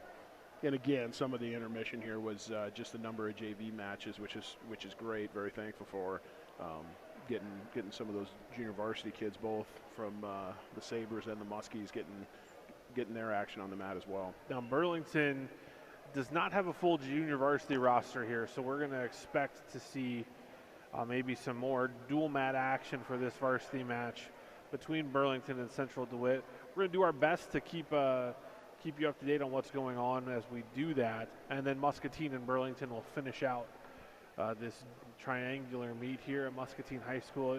Big shout out to the Mississippi Athletic Conference and Tom Olsis, our activities director here in Muscatine. You know, the last several years, only one home wrestling meet for these Muskies. For one reason or another, the schedule's just made it hard to have home tournaments and home meets. And this year they're able to get 3 of them in, and we're going to have all 3 of them, this being the first of them. We'll be back in this gym on January 19th for what you mentioned, that's now a quadrangular event with Mediapolis, the Fighting Rob Rums coming up to Muscatine, the Fighting Bulldogs, and also New London will be here along with Davenport West and Muscatine. And then February 4th against Clinton, we'll be back here in the gym, and just fantastic wrestling environment. And we'll be bringing those dual meets and quadrangulars all to you here on the Discover Muscatine Network. Now, to touch upon that a little bit, yeah. Joel. I mean, great. Yeah, very thankful for the 3 duels. Sometimes that's just luck of the draw, quite frankly, because you know, our sport, more than half your matches are going to be on Saturdays. So outside of actually hosting a tournament, right, you have these different duels, and when there are 3 or 4 schools involved, naturally you're rotating. It's every 3rd or 4th year when you get to be the host school. So just lucky that, typically we don't have any more than 3 home dates, and again, taking it kind of week at a time. But awesome to be the first of 3. We hope to see every one of them.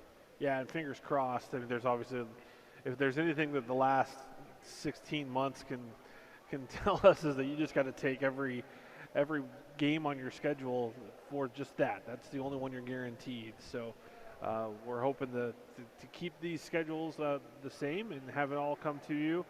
You know, and it's affected not just high school athletics. It's obviously also took away the national tournaments at the collegiate level last year did COVID-19, but it's really affected the youth programs as well. And I know you're a huge part of the Muscatine Youth Muskie Wrestling program. How has the last year really affected you guys at the youth level? Well, even going back to last summer, we would kick around having some summer camp. There really were very few summer camps that took place. We had a bit of a delayed start. We would typically start kind of right after Halloween, keeping an eye on things. Obviously, as Governor Reynolds declared some delay there, we kind of started, had a couple practices, stopped, and then said, hey, let's get through the holidays. So very excited to get going this week.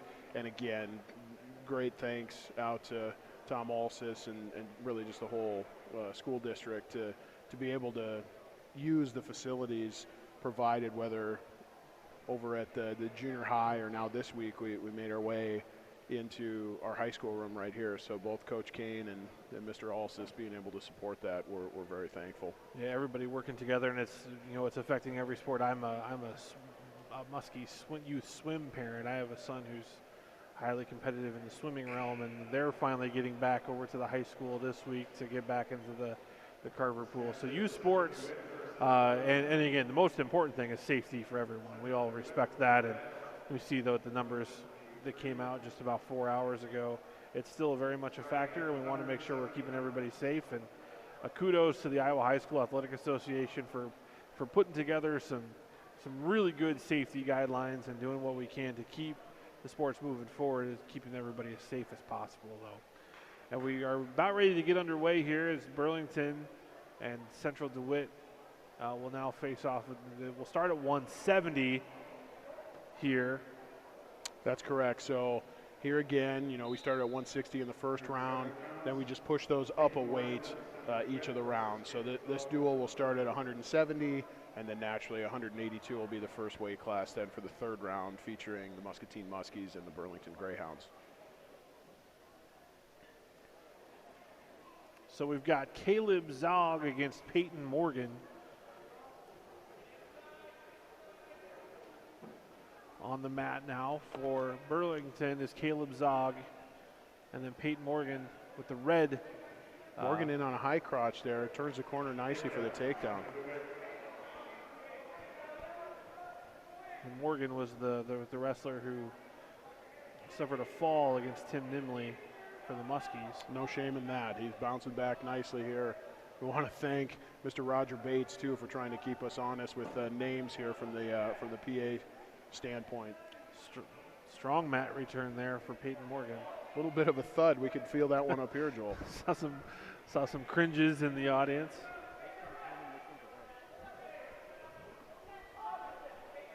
It appears as though we at least have a few JV matches that will get us going on the second mat.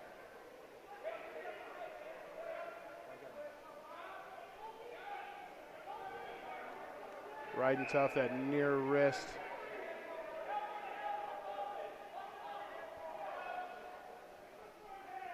It's got to feel good for Morgan to be able to get back on the mat. It's a nice thing about these triangulars is if you have a rough go your first outing, you have a chance to redeem yourself a little bit. Zog getting checked for some blood. Keeping Nicole Calvert nice and busy over there. Such a fantastic athletic training staff we have here that help at the Muscatine facilities. Nicole has obviously, she helped while I was head coaching, and now since just great support. It's a small world we live in. Nicole, her degree from North Dakota State University. I myself born up in Fargo. A lot of family. Shout out to the McLeods and Brantners up in the Dakotas. But just funny to have one little thing to get a kick out of the Bison whenever they're playing. With a Muscatine Muskie here in Southeast Iowa, our athletic trainer. Small world. And we hope to have their son Aiden buzzing through the room here at some point too. I'll throw in a little recruiting pitch. message. You betcha. I know the basketball coaches want to do the same thing, I'm sure. That's the beauty though, is you can do all the sports when you're a kid. You don't have to make a decision really until you get older. That's so true. Just keep going. Good reverse there at the end of the period by Zog. So we've seen this on a couple occasions just like that at the end of the period. Nice reversal. 2-2 going into the second. One of the biggest wrestling supporters in the city of Muscatine is former varsity basketball coach and outstanding basketball player in Muscatine, Brandon Welsh. If it's ever a question of him being able to shoot a low-level single on me, you just ask him. He's confident he can take me down. I don't think we were able to have that match. That might be a good charity event, a fundraiser for the wrestling program. Let's make it happen. He challenged me to a half-court shot, which I bricked, but then somehow we never brought the mats out for any of those winter sports kickoffs. Zog doing a nice job after the reversal.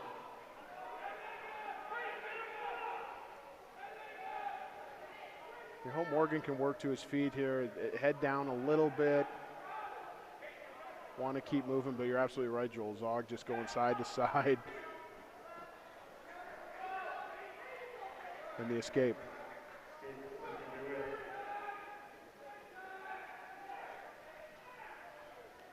So Morgan takes a 3-2 lead after the escape.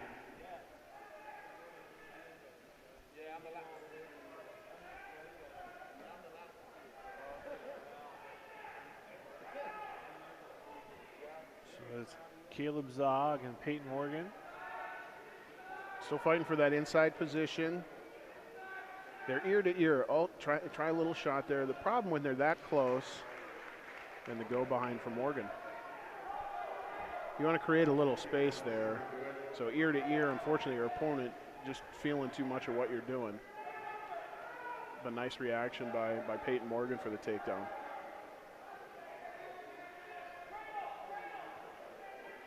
Has the cradle locked up.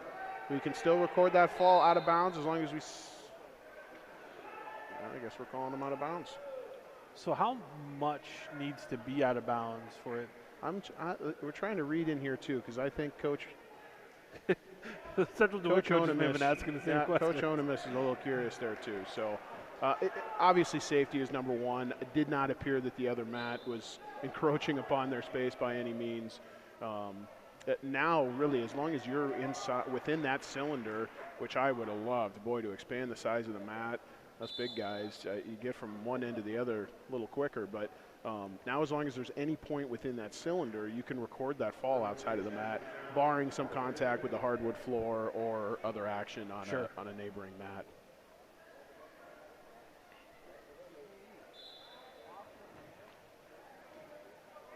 Morgan continues to ride on top here for Central DeWitt.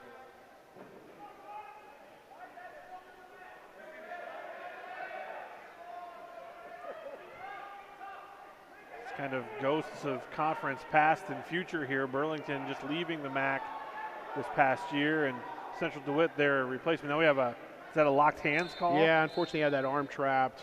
So on that breakdown, still trapping the arm, can't lock the hands in that case. So that's a technical violation, and that'll give a point to Zog.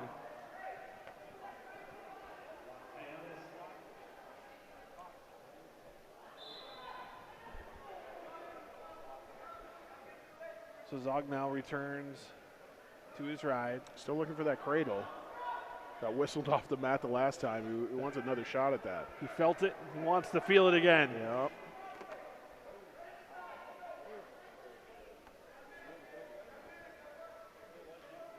Big thank you again to our Discover Muscatine crew, bringing you Muskie Wrestling and Mississippi Athletic Conference Wrestling here on the Discover Muscatine Sports Network. Welcome all of our viewers from Central DeWitt and Burlington. As Morgan's got that cradle and he gets it. Had a little bit more real estate to work with there, and he was able to get the fall. So Peyton Morgan will defeat Caleb Zog at 170 pounds with a fall.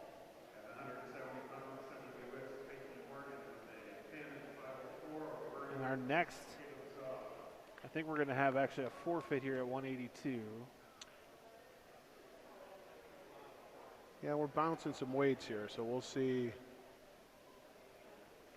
Not sure this is necessarily a scenario of any gamesmanship, Joel. They're just, quite frankly, working with the bodies they have. But there comes a time there's some bouncing guys up a weight. So yep, we do have the forfeit. So Nolan Simpson will win by forfeit at 182, and at 195 we'll have Martin Serda from Burlington against Mitchell Howard for Central DeWitt.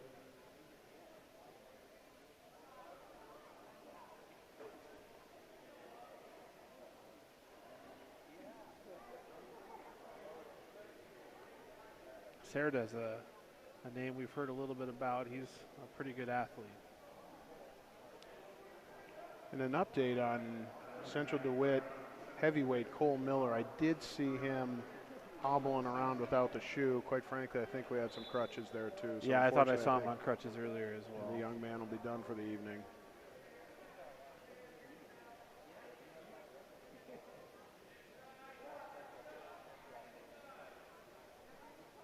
So Martin Serda against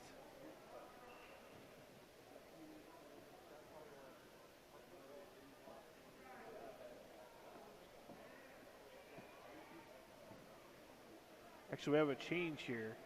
Nolan Simpson from Burlington here against Mitchell Howard. I believe that was Treston Sales who took the straight to the back, took that forfeit maybe. Yep. And fights off his back there. And it just updated on our program as well too.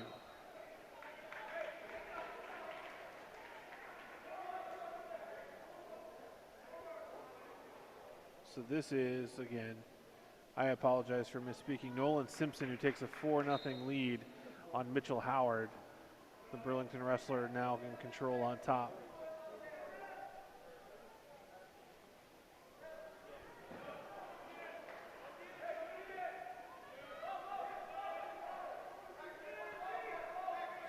Good Thursday night for some wrestling.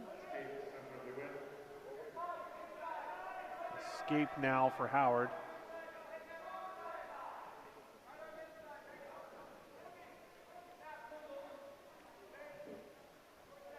Always fun to be here in the audience too.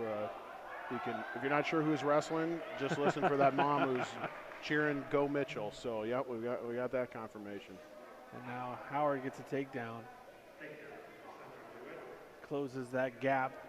And he's looking to do work on top here. He's got that arm barred, turns him over. Gets his hips.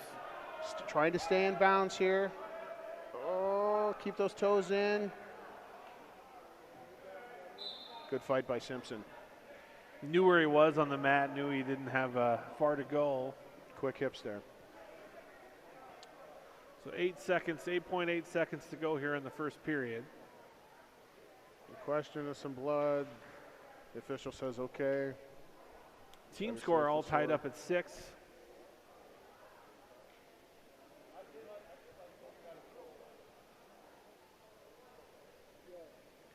So fantastic turnout for really being able to have limited. It looks like almost every athlete has their 2 tickets being occupied tonight. I tell you what, Joel, purple is my favorite color. So being a big Vikings fan. As a Viking fan, this is an okay night. So we cheated a little bit with the black singlet for the Muskies. Now 2 visiting singlets. You and I are staying on our toes here. Thankfully, Burlington has that white and gray as their second and third color to help break it up. I called the Central DeWitt Muskie girls basketball game the other night. The uniforms were very similar. Oh, boy. Howard working to his feet. Simpson's looking for a return. That clock's ticking in the official's mind. Just cuts him. Lets him get the one. We're tied up for a piece.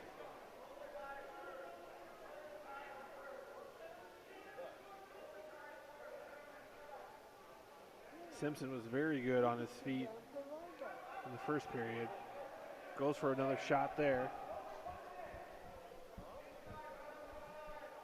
Hoping to circle in here. He's got the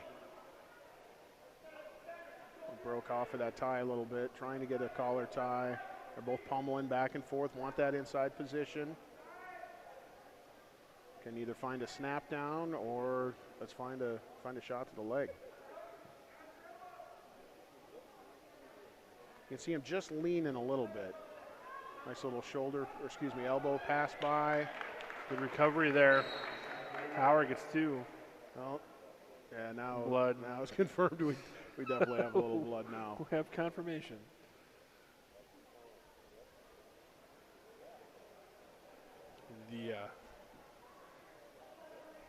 You mentioned being the son of a All-American wrestler. I am the son of a 42-year sports medicine professional, and the blood in wrestling was easily, I think, the least favorite of the tasks of my dad in his career in that profession.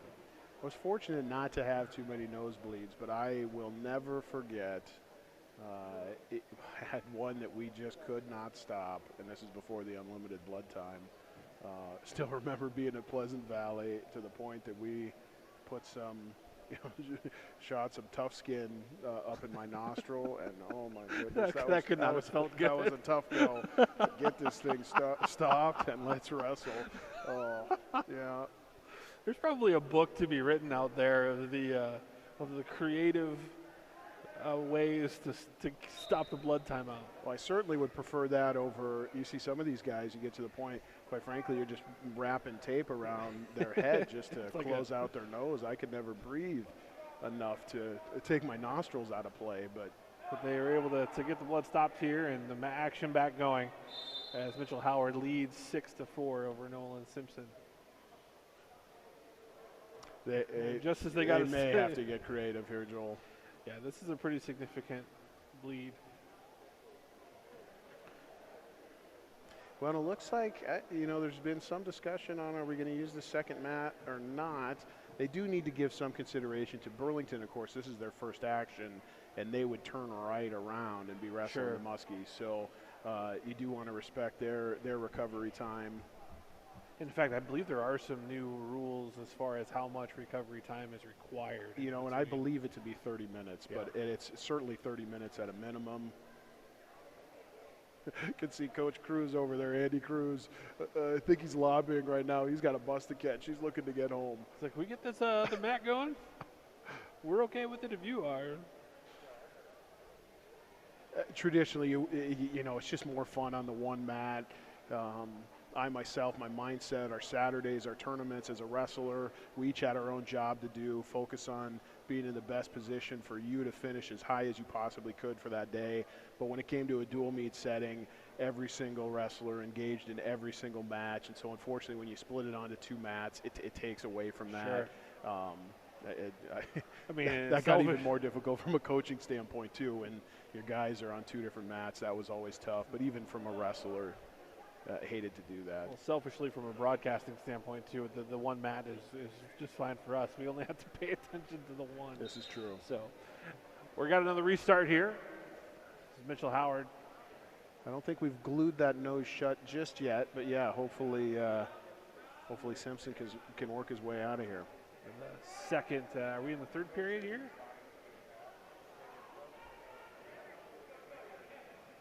Not sure we are just yet. I think this is just, we've got too many stoppages here. 6-4, because, yeah, the escape tied us up, and then that takedown. So Howard looking to continue to work from side to side.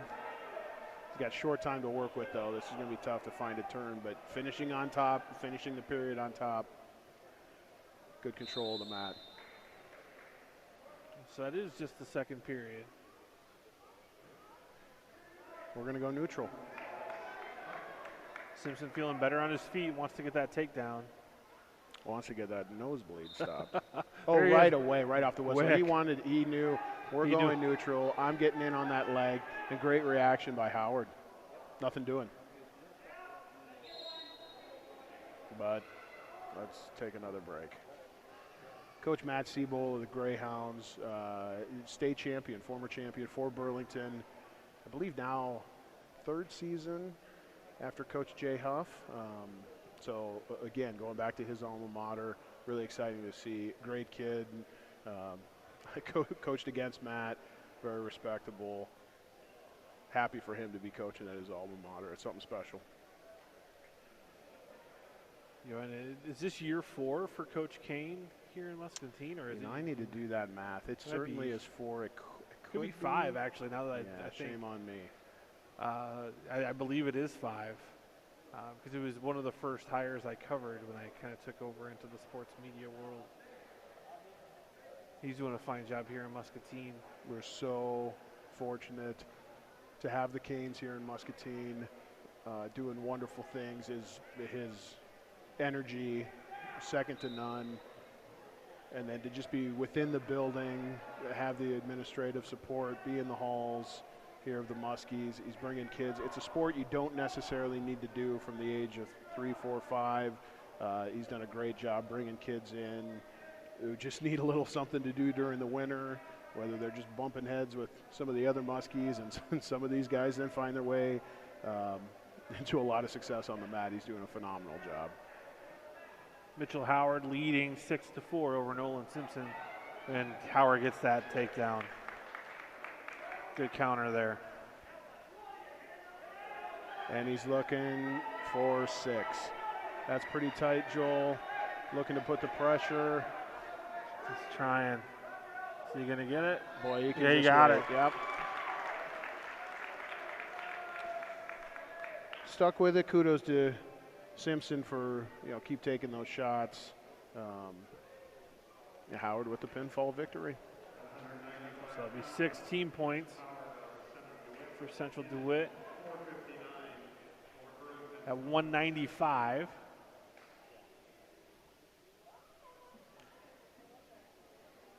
And that will bring up at 220 Travis Thompson for Burlington against Devin Lusky for Central DeWitt. Unless they switch it on me.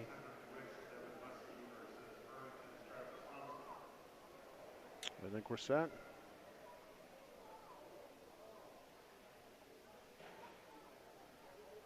Muskie Athletics brought to you by CBI Bank and Trust, Eastern Iowa Community College, and Bear of Muscatine, along with First National Bank, RIVO Plumbing and Heating, and Toyota of Muscatine.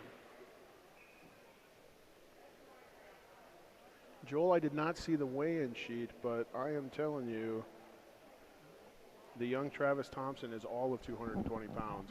I think he has seen some action at heavyweight, and that's a big boy competing at that weight class. This weight class is made for a young man such as this. Do they get a 3-pound allowance after the holidays still? There's a growth allowance of 2 pounds come the first of the year. Okay. You still need to record one official weigh-in at that scratch weight. So okay. But to that point, some of our competitors at any given weight, so this is an example at 220, could have weighed up to 222. That is true. That's some of the behind-the-scenes magic, Joel. We don't want to be changing weight classes and all that jazz. So, but no doubt, folks, my son included, they could let kids eat a little bit at Christmas. Yeah, it's, quote, a growth allowance, but I know my 106-pound son didn't magically grow 2 pounds over Christmas, and yet he used every tenth of a pound on that weigh-in this afternoon. I growing up, my next door neighbor Matt Melhuse wrestled at 103 back in the day. And yep. I remember Maddie him. and I wrestled together. Yeah. Melhuse is moving to Pella then. Right, that's right. He saw some success. Lusky with the takedown. Very impressed with Lusky in this first match against the Muskies as well. So I think we're going to see some very quick for a 220-pounder. He's applying some pressure too. Thompson with his head down. I'm a stickler for that. Hand control, keep that head up, every position.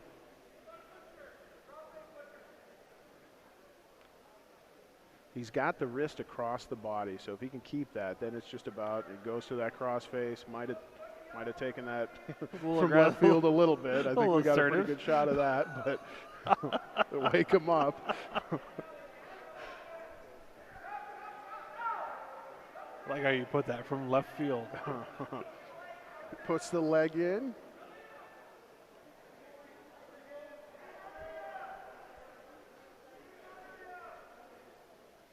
Do need to give credit to Coach Onomus' team on top. I mean, the Sabers, they just do a lot of different things from on top.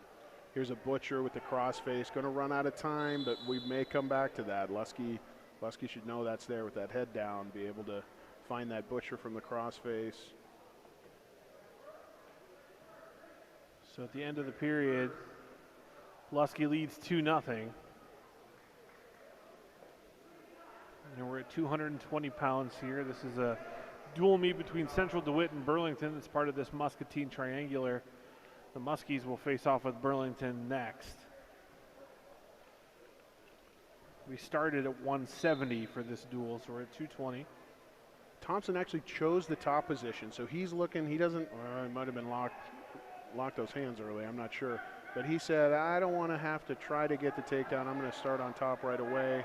And now he's in trouble. Yeah. Lusky with his head up. Thompson puts the hips in. Keeps control. He who keeps his eyes up in that position tend to finish on top. You don't want to get rolling around. Is that a McLeod proverb there? There's a few of them, not all of which are appropriate FCC approved for this broadcast, Joel. But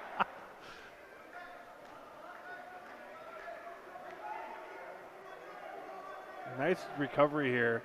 You can tell Thompson, he's got a few tricks. I trust he's a younger wrestler, just a few things that only so comfortable with. He's going to try to do the same thing here. If he can keep that elbow locked up and horse Lusky to his feet. Thompson trying the over-under, thinking about a throw. Going to get the escape point. Gives him the 3-0 lead. Come back to center here. See if one of these guys can get their shot off. That ear-to-ear position again. We try to keep a little separation because you're really, when you're that close, there is no advantage, and you're trying to find an angle.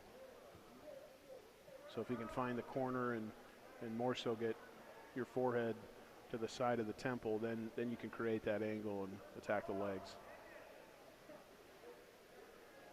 Thompson really trying to keep coming forward. Again, like you said, they're just locked in ear to ear there. Yeah, they're both playing with that collar tie. Not necessarily a poor tie. You just got to look to use it. Thompson had the underhook, drop into that little snatch single. but then we're out of bounds. Corners, both coaching staffs. And they are only but 12 feet apart. The way we set this up, being on one mat, Burlington is kind of taking the Muskie side, and the coaches aren't too far apart.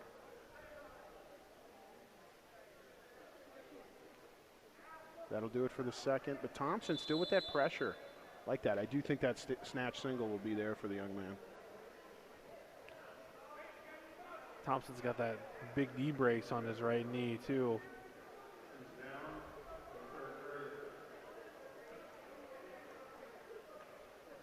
Extra hardware. Never knew how much of that was for show, but well, having worn one of those as much as I have in my life, you certainly wouldn't want to wear it for show. Devin Lusky with a 3-0 lead. Thompson on top here.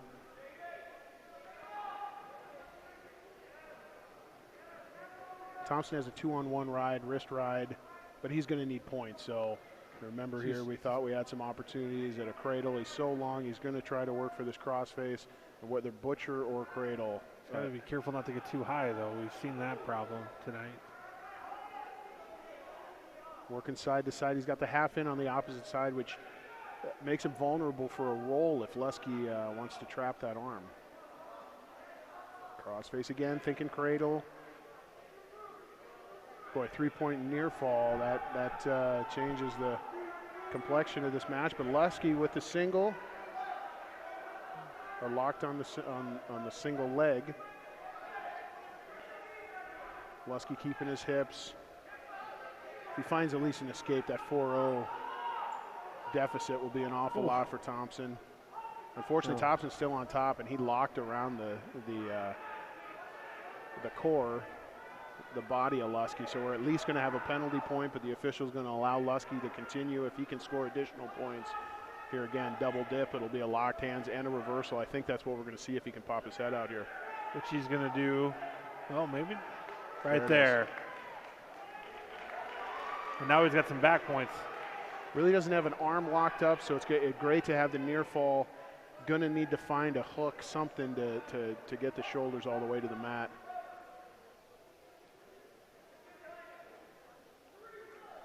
So he has 3 more points for a 5-point. Separates himself pretty quickly there. Yeah. So there's a technical violation there too. So it'll be a Lusky major decision will win 9-0 here. He'll get the major.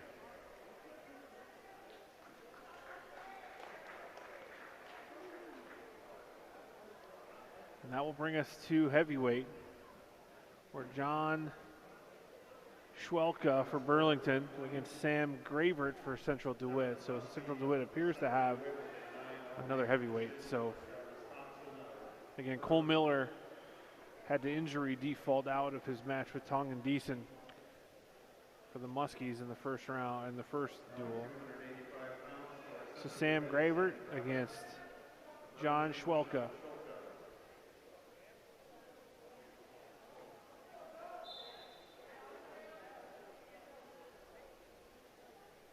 (16-6) is the lead for Central DeWitt in the team race.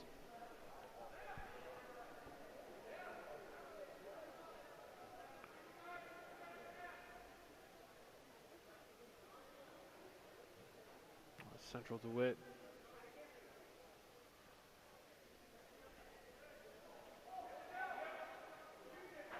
Ooh, Schulke goes for the shot. Graver doing his best to try to fight off. Still spinning. Finds that go behind for the takedown. And now he goes right in to try to do the turn here. Grabs that far wrist.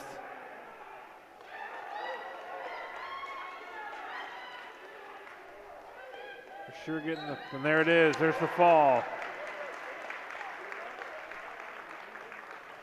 Nice job by Graver, you know, filling in, seeing the opportunity, wrestling the freshman, but puts 6 points on the board for his team.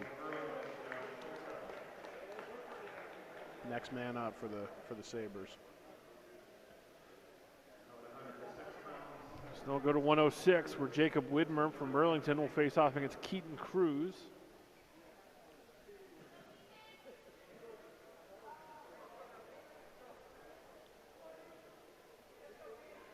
Run of the 3 of the 4 Keatons in the first 4 weight classes for Central DeWitt.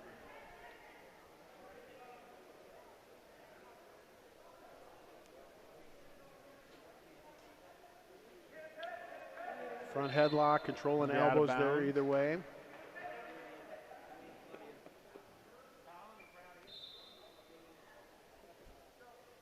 Aggressive pace here early on. Like to see that at all weight classes, but almost come to expect it from the little guys.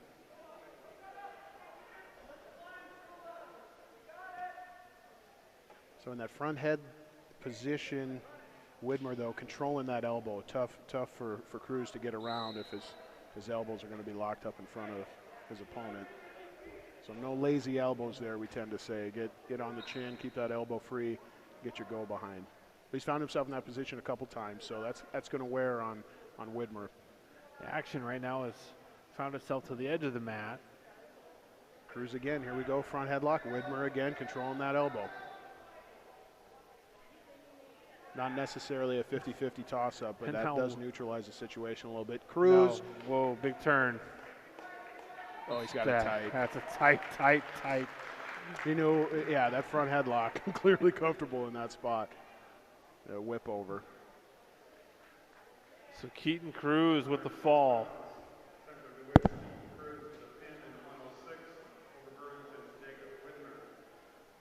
And that will bring us to 113. A couple of these Central DeWitt wrestlers now get matches where they had some openings against Muscatine. So good to see, previewing a little bit. Couple of great wrestlers here in Royce Butt, and then followed by Keaton Zimet. So hopefully, we're trying to go 2 mats, making sure we know who's on what. I think we've got Royce Butt on our near mat here, our large mat. Unfortunately, it looks like he's going to get another forfeit. So that's frustrating. He just wants to wrestle somebody tonight. Good wrestler in Butt too. We've seen him a lot. So too bad to make that trip and not get a match, quite frankly. And now we'll see Adam Lundquist from Burlington against Keaton Zimet. And I think we've got Zimet on the secondary mat, Joel. We didn't get a chance to see him in the first match. I would like to highlight, 3-time state place winner for the Sabers.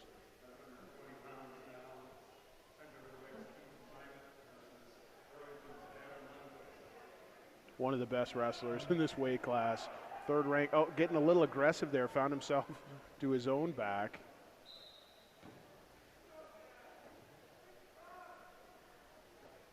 And we should have. No, and then we've got the 126 pounders here on our near mat. So this is Brian Velasquez against Keaton Simmons. Both Sabers looking to score a lot of points, quite frankly. You see, we're in this. This is wild enough with 2 matches, Joel, or 2 mats going, but we've got both Sabers looking for takedowns, escapes, takedowns, escapes. Zimet's got a 4-0 lead on the mat. We're hoping to see a 100-win career yet tonight. And Keaton Zimet is one who's already eclipsed that 100. Keaton Simmons going for the fall here at 126, and he gets it. And we're going to have another fall there. And Zimet gets the fall at 120. So double vision. They are tough down low. You have to imagine those two spend a lot of time. No kidding. Battling each other in the room. Yep. Keaton and Keaton. And then Keaton Cruz, who had a fall there at the 106.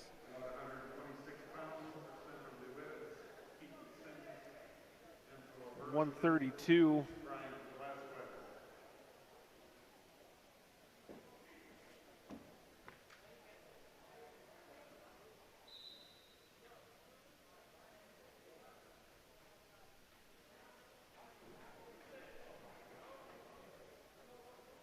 Not 100% sure who we've got on the mat right now. Yeah, we'll have to keep tabs here. Apologize to our Burlington and Central DeWitt viewers.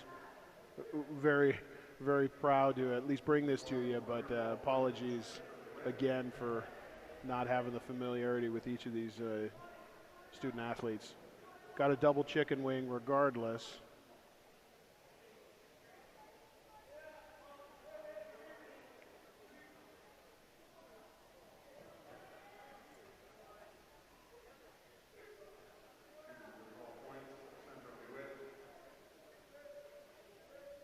Saber got the back points there. Hopping over, got control of the elbow. Short time.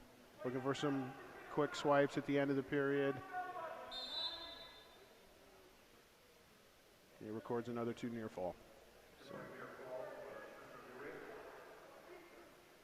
that's an 8-point first period.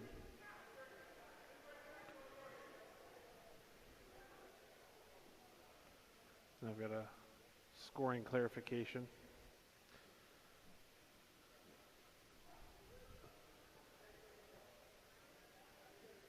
And I may have been dead wrong on that. We may have had Keaton Zymet right in front of us, and that was another JV match that just had paired up.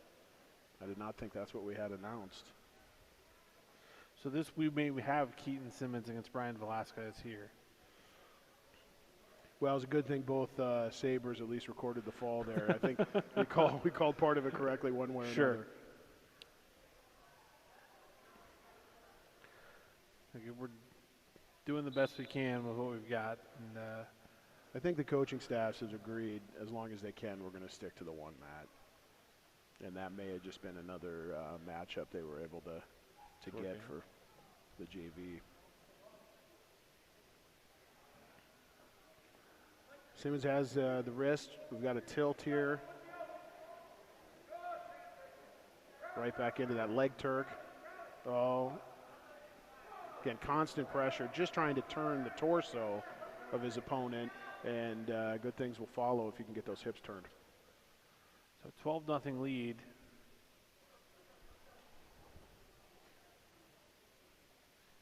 Here for Keaton Simmons.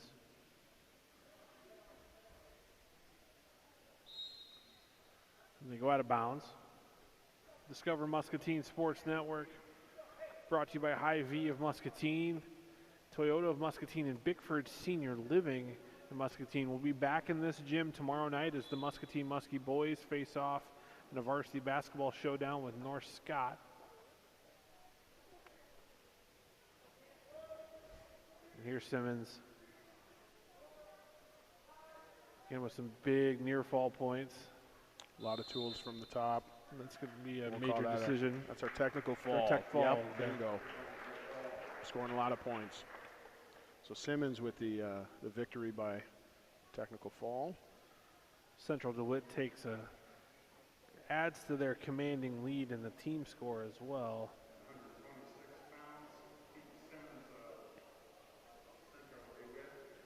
And now we'll see Tanner Burchett against Cale Grell. Cale Grell of Central DeWitt. And Tanner Burchett from Burlington.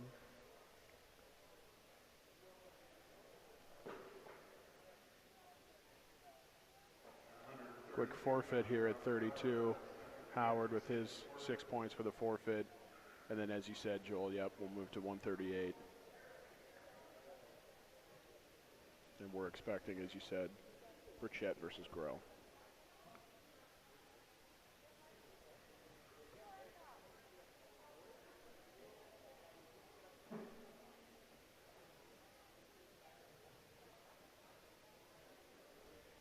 It's a great service that the folks at the scorers table do. I mean, they keep everybody in line. Roger Bates, a longtime PA announcer for the Muskies. We're able to kind of cheat off of him if we're uncertain, as you mentioned. And a lot of people need to be on their toes to get one of these put together. And Mrs. Peterson's been around the sport for so long. does a great job. You know, we're just a few years removed from doing all of this by paper, and now thanks to the services of track wrestling, we're going to wait here for a second. It's always a little fun to make sure you've got the appropriate wrestler so that statistics can be compiled. Right. It makes it so much easier as we're seeding different tournaments. So just making sure our scorers table is aware of what the matchup is, and we've got that recorded on track wrestling for everyone. And as a host school, we try to do that. Just as we're struggling to know these visiting student athletes, only so familiar as the host scorers table as well.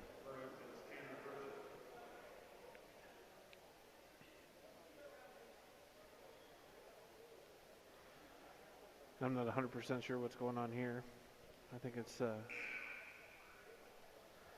tech thing, which is well, and then of course the reliance we've got even on on a given Wi-Fi at the school or the likes too. That has put us in some vicarious positions. But at the end of the day, just the advancements we have on that standpoint. And then here we are. We're sitting here being able to stream this. Just amazing how much the sport has changed. I joke with Gavin that there was a time, my time, you had to make the state finals to be on TV. Right. Cale Grell. Quick to the leg again. We saw that in the earlier match. Well, you remember when like the big prize at the after prom party was a 13-inch VHS combo TV. You were stoked if that was your dorm room setup. Grell's going to try to, here again, the high, keep your eyes up. That guy's in a good position. Grell gets the takedown. Burchett fought that off admirably. He's got to get this arm back.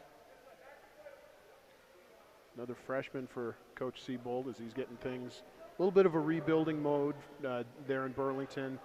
West Burlington. Grell's in there tight. We're still right on the edge, but we can record that fall just outside the circle, and he gets it. Does.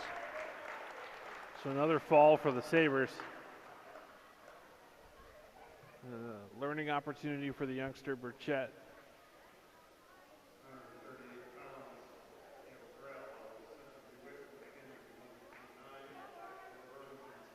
So now that will take us onward and upward to 145 pounds. We'll have Landon Whiting for Burlington against Carter Donovan. Donovan with that sudden, that double. He's wrestled a lot tonight victory, already. Yeah.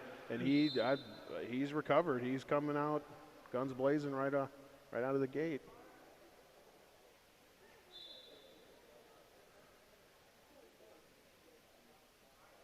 Looking to lower his level, boy, just pouncing like a cat right on that leg. That's a great takedown.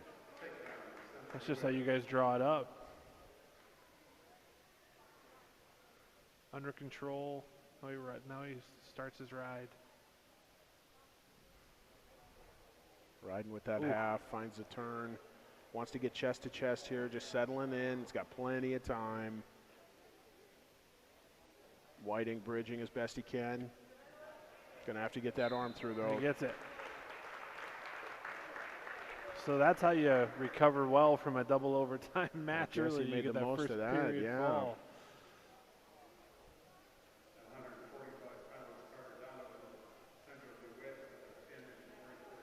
I think we've got a couple open spots here for the Greyhounds.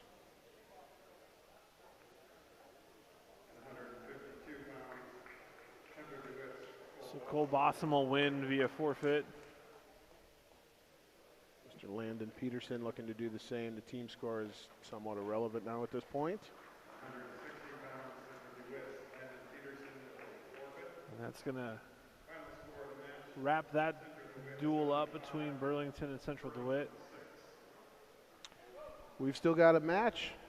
We're looking for the duel here, and the Muskies and Greyhounds will battle when we come back. We're going to step away for a few minutes, get some words from our sponsors. You're watching Muskie and High School Wrestling on the Discover Muscatine Sports Network.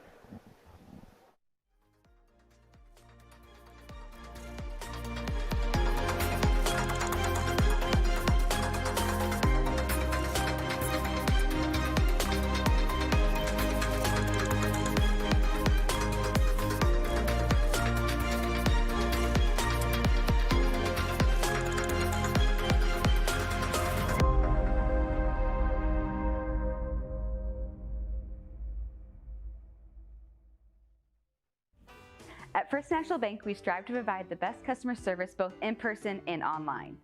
Our mobile wallet offers you great features within our mobile app: card controls, alerts, digital receipts. Mobile wallet is a free feature in our mobile app. Check it out today.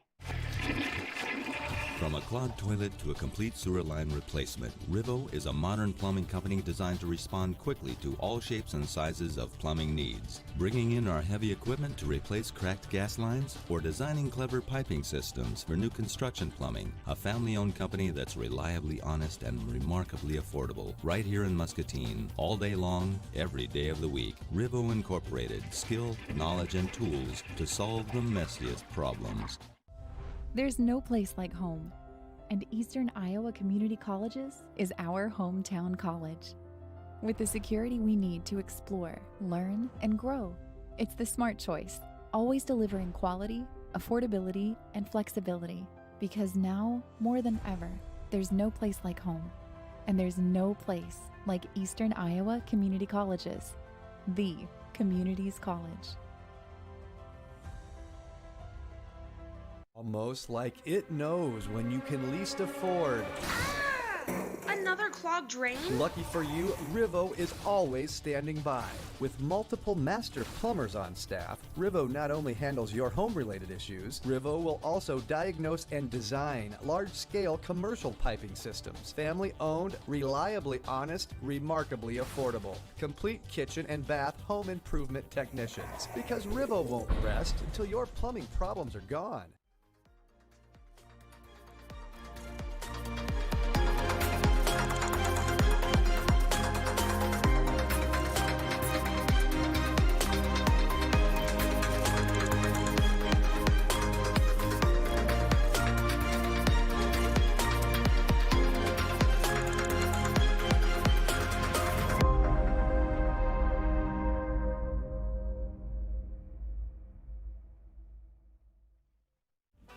At First National Bank, we strive to provide the best customer service both in person and online. Our mobile wallet offers you great features within our mobile app: card controls, alerts, digital receipts. Mobile wallet is a free feature in our mobile app. Check it out today. From a clogged toilet to a complete sewer line replacement, RIVO is a modern plumbing company designed to respond quickly to all shapes and sizes of plumbing needs. Bringing in our heavy equipment to replace cracked gas lines, or designing clever piping systems for new construction plumbing, a family-owned company that's reliably honest and remarkably affordable. Right here in Muscatine, all day long, every day of the week. RIVO Incorporated, skill, knowledge, and tools to solve the messiest problems. There's no place like home, and Eastern Iowa Community Colleges is our hometown college. With the security we need to explore, learn, and grow, it's the smart choice, always delivering quality, affordability, and flexibility, because now, more than ever, there's no place like home, and there's no place like Eastern Iowa Community Colleges, the community's college. Almost like it knows when you can least afford. Another clogged drain? Lucky for you, RIVO is always standing by. With multiple master plumbers on staff, RIVO not only handles your home-related issues, RIVO will also diagnose and design large-scale commercial piping systems. Family-owned, reliably honest, remarkably affordable. Complete kitchen and bath home improvement technicians. Because RIVO won't rest until your plumbing problems are gone.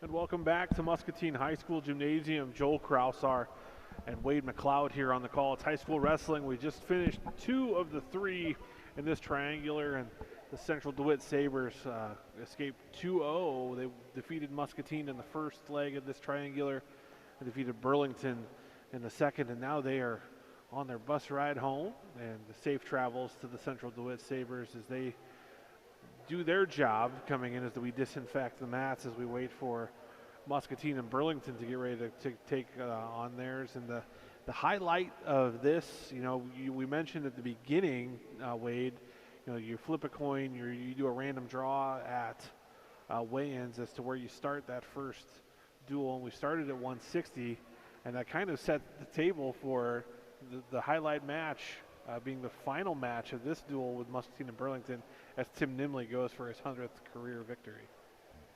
I have no inside information. The coaches could decide to start at a weight that would have put us in that position. I'm going to assume it was just the luck of the draw on what weight the first duel started at. So well, it couldn't have made for better television. That's exactly right. ESPN has set this up before too, where the marquee match of the night. Kyle Dake is all of a sudden the last. That's one of the ones I remember most. I think was Bingo.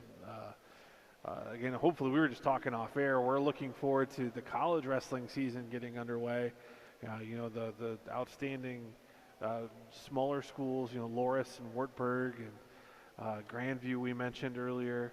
I think Grandview has one of the longer win streaks in all of college wrestling going on right now. They took care of my Morningside Mustangs a few weeks ago in a dual meet that I watched live stream. It's amazing how this technology is bringing it truly helps some of those the Olympic sports, whether it be swimming, wrestling, some of the non-traditional broadcasted sports. We're happy to bring these to you. And again, we'll be back here on January 19th for Quadrangular.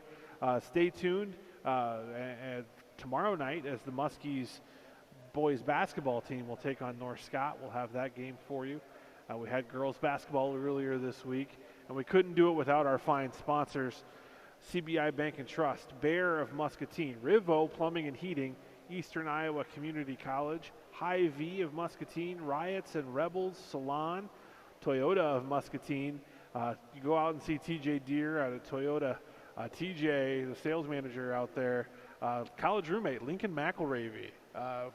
He's a wrestler. He's a big wrestling fan. He's a baseball player for the Hawkeyes, but Lincoln McElravy, the All-American national champion for the Hawkeyes as well. 5-time state champion from South Dakota, right? Yep. Yeah, my hero. Well, not that he's that much older than me, but certainly one I looked up to wrestling for the Hawkeyes. And for me, going to college in Sioux City, right there on the South Dakota border, a lot of my friends from South Dakota, that was the guy that they all wanted to be growing up. My college roommate freshman year is from Box Elder, South Dakota, out by Rapid City, and he was a 123-pound wrestler in high school. And we would talk the South Dakota Iowa wrestling traditions greatly in the evenings. But we were getting ready here for Muskies against Burlington. We could probably do an entire podcast or something on the history of wrestling in the state of Iowa, Wade. We should probably try to do that sometime. But we'll be back again. We're going to take another quick commercial break to hear from our fine sponsors as we get ready for Muscatine Burlington on the Discover Muscatine Sports Network. There's no place like home, and Eastern Iowa Community Colleges is our hometown college. With the security we need to explore, learn, and grow, it's the smart choice, always delivering quality, affordability, and flexibility. Because now, more than ever, there's no place like home, and there's no place like Eastern Iowa Community Colleges, the community's college. Almost like it knows when you can least afford. Another clogged drain? Lucky for you, RIVO is always standing by. With multiple master plumbers on staff, RIVO not only handles your home-related issues, RIVO will also diagnose and design large-scale commercial piping systems. Family-owned, reliably honest, remarkably affordable. Complete kitchen and bath home improvement technicians. Because RIVO won't rest until your plumbing problems are gone.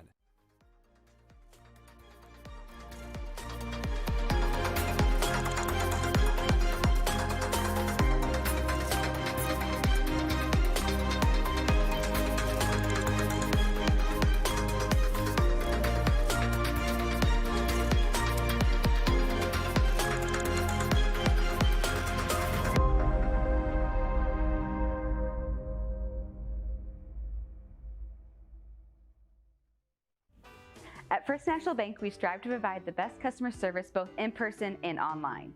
Our mobile wallet offers you great features within our mobile app. Card controls, alerts, digital receipts. Mobile wallet is a free feature in our mobile app. Check it out today. From a clogged toilet to a complete sewer line replacement, RIVO is a modern plumbing company designed to respond quickly to all shapes and sizes of plumbing needs. Bringing in our heavy equipment to replace cracked gas lines or designing clever piping systems for new construction plumbing, a family-owned company that's reliably honest and remarkably affordable. Right here in Muscatine, all day long, every day of the week. RIVO Incorporated, skill, knowledge, and tools to solve the messiest problems. There's no place like home, and Eastern Iowa Community Colleges is our hometown college. With the security we need to explore, learn, and grow, it's the smart choice, always delivering quality, affordability, and flexibility. Because now, more than ever, there's no place like home, and there's no place like Eastern Iowa Community Colleges, the community's college. Almost like it knows when you can least afford. Another clogged drain? Lucky for you, RIVO is always standing by with multiple. Welcome back to Muscatine High School. Joel Krausar and Wade McLeod on the Discover Muscatine Sports Network. We're about ready to get underway for our final duel of the evening as the Muscatine Muskies face off against a longtime rival, Burlington Greyhounds. You know, Wade, you and I both Muscatine grads, class of 2000, lots of athletic endeavors against Burlington in many different sports. It was always a pretty heated one. That was always one you wanted to get, no matter which side of you were on. Yeah, the two schools naturally just south of the Quad Cities. A lot of memories. Going to miss the fact that that's no longer the MAC rivalry. Great to have this duel, to still have the competition with the two schools. A lot of similarities. Michael Kwitzel against Nolan Simpson here at 182.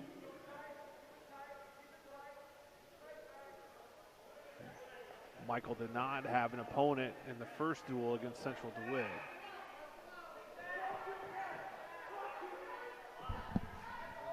Kwitzel still has that single, trying to pop his head out, turn the corner. We're still squared up. Simpson doing what he can with the crossface, searching for his go behind. Kwitzel tough there. Ooh, boy, two arms to the head. Takedown for Simpson.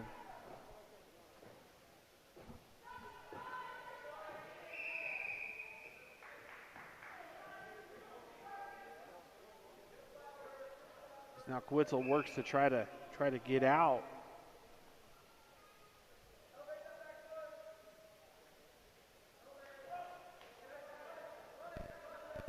Simpson doing a nice job of continuing to improve his position. Kwitzel's going to control that hand, but we're going to need to work to our feet, whether he posts that, pops his hips up, or can work to a stand-up. Otherwise, just getting ridden. That leg in for Simpson. Coming to a tripod, seeing if we can't, his hands come off the mat, we'll blow this just because it's potentially dangerous with only 2 points. Still on the mat, boy, he's shaking away, shaking away. Clock's ticking down, 7 seconds left in the period. Simpson comfortable just keeping the leg in. A cross-body lock. A lot of energy to. That's a lot of weight on your back, yep. Doubling it up.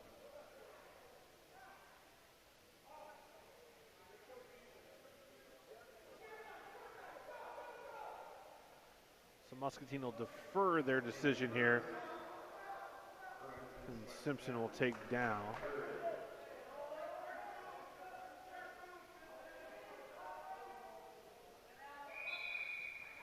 Boy, popping right up to his feet. There's some good explosion. Kwitzel returns him safely and gets him on his belly. Now get to work.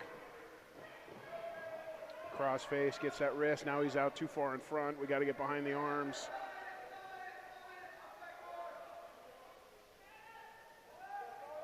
Now Simpson trying to get a reversal here.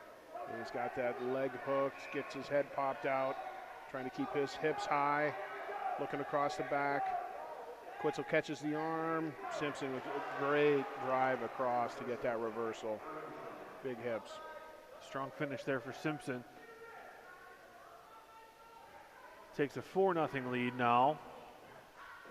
Looking for Quitzel to get moving. We need to find to escape, neutralize the situation. Another chop. I start to worry a little bit about Michael's elbow there. In a tough position for that chop. I've got the scar on the elbow to prove it. Looking for a cradle. Need some pressure into the opponent if I'm Quitzel, or working to my feet. Simpson keeping the pressure on top. Bit of a crossface. We're parallel ride here. We saw it earlier in the evening from our official, looking for a little more action from the top wrestler. Never good when you're looking up at the clock either. It's not a good poker face.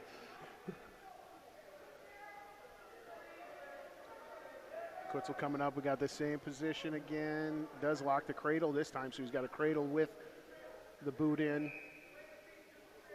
And the clock just runs. Got to work those hands. We don't want to be giving up any near fall. And there's the end of the second period. So it's going to be end of 2.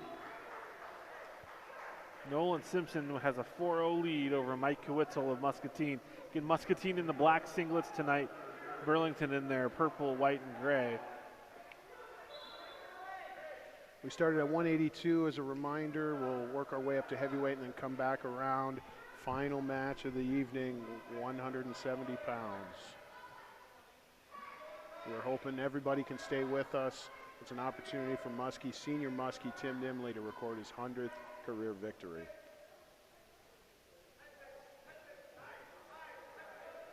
Little pass by the elbow. Quitzel's in on the bit of a high crotch there, single with the head to the outside. Hanging the head, he's got to get his hips in there, head up. He's going to get 2. And a leg Turk. If he can keep driving, this may become 2 to some near fall, but we are on the edge, running out of room. And got to be thinking about the clock here. So if this doesn't look like an advantageous spot to be in, well, he's cranking here. He's still got room and we're going to be called out of bounds. So just a 2-point match. Here's where you do start looking at the clock, thinking through here, boy, I'm down 2. Can I find a quick turn, or do I have enough of an edge to cut him or release him, give him his escape, and get to work on our feet? Unfortunately, at that point, it takes 2 takedowns to make up that difference. Now Quitzel on top. Got a little high with that leg. Simpson grabs the leg, throws him by. Could see another one of these reversals. Simpson just able to get control.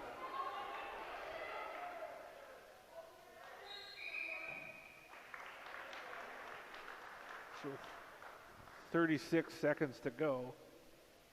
Quitzel finds himself down 6-2.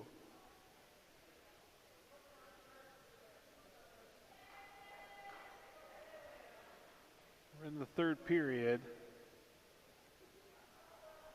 We're able to wait a little longer for this blood time here, this time around. Made it all the way to the third.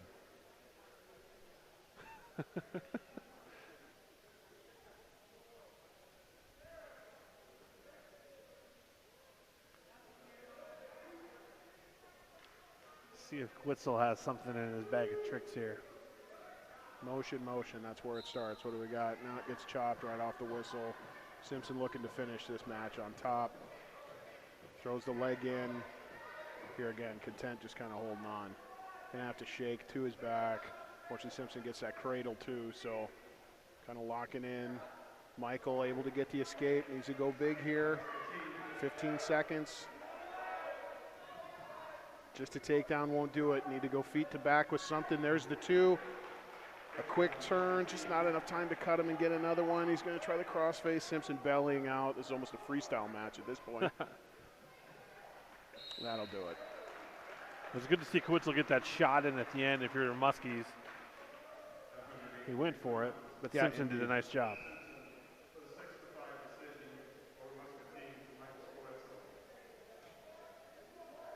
Michael, another one of those Muskies who now has found his way down to a weight class to contribute to this lineup, so more to come for him. And now at 195, we'll have Martin Serda against Muscatine's Caden Fisher. Burlington leads the team score 3-0.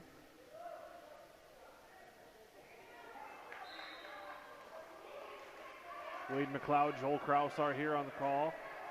Ooh, Caden keeps it big. Boy, he must have stepped on that line. Caden has wrestled for a number of years, so he's got some tricks. Love to see that pressure. Attack, attack, attack. Great to see these young men just growing up, quite frankly, before my eyes, Joel. It's something else now. Yeah, we're this next chapter. Little trip.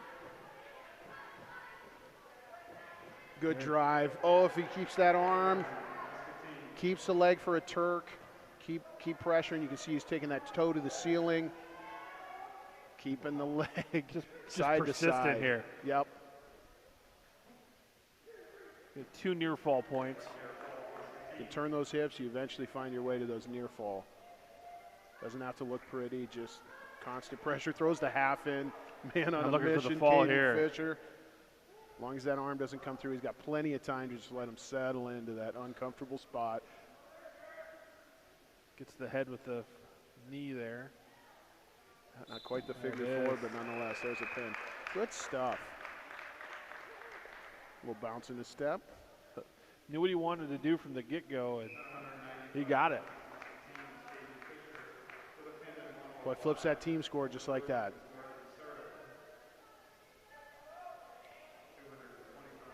So 6-3 now. The Muskies take the lead with the Fisher fall. That'll get us to 220 as Travis Thompson will go against Nathan Beatty from Muscatine.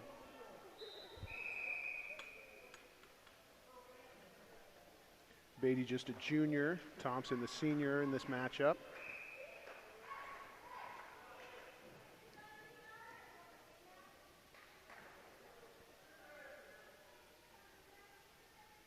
Thompson gonna have to circle in here. Beatty applying some pressure with that head down, nice high crotch off to the side, trying to switch off. We recall Thompson looking to do some throws. He wants to work that head from the feet. Beatty be in better position to maybe just get out of this and get a reset. He's got the overhook. Just get the sense Joel Thompson's looking to throw. He's got an over-under just digging in.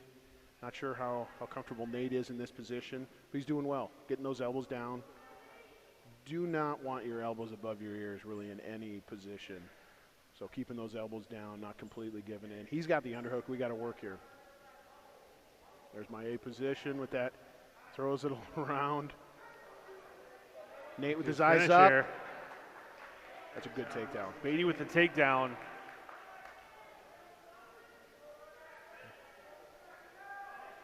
Now he goes for the wrist to try to get a turn. You have to be a little careful here as he's pulling. That's a lot of weight to pull on top of you as a larger, heavier wrestler. But controlling the wrist. Oh, tries a little roll, Thompson does. Beatty defended that very well. Really want to control the wrist on the same side and then pressure in, turning him to the other, opposed to bringing that weight on top of you. Be mindful which side your body is on too, serving as an anchor. Stuffing that head with his own head, trying to get a half. Here again, another Muskie with a plan. That's great to see. Beatty going to finish this period on top. Hopped over to that half. You don't necessarily draw it all up as you might in football, Joel, but you hope to have a game plan, understand what works well. Obviously, it's yet another game of adjustments, but it's good to see out of some of these younger wrestlers and only so much varsity experience, but they're looking to score points.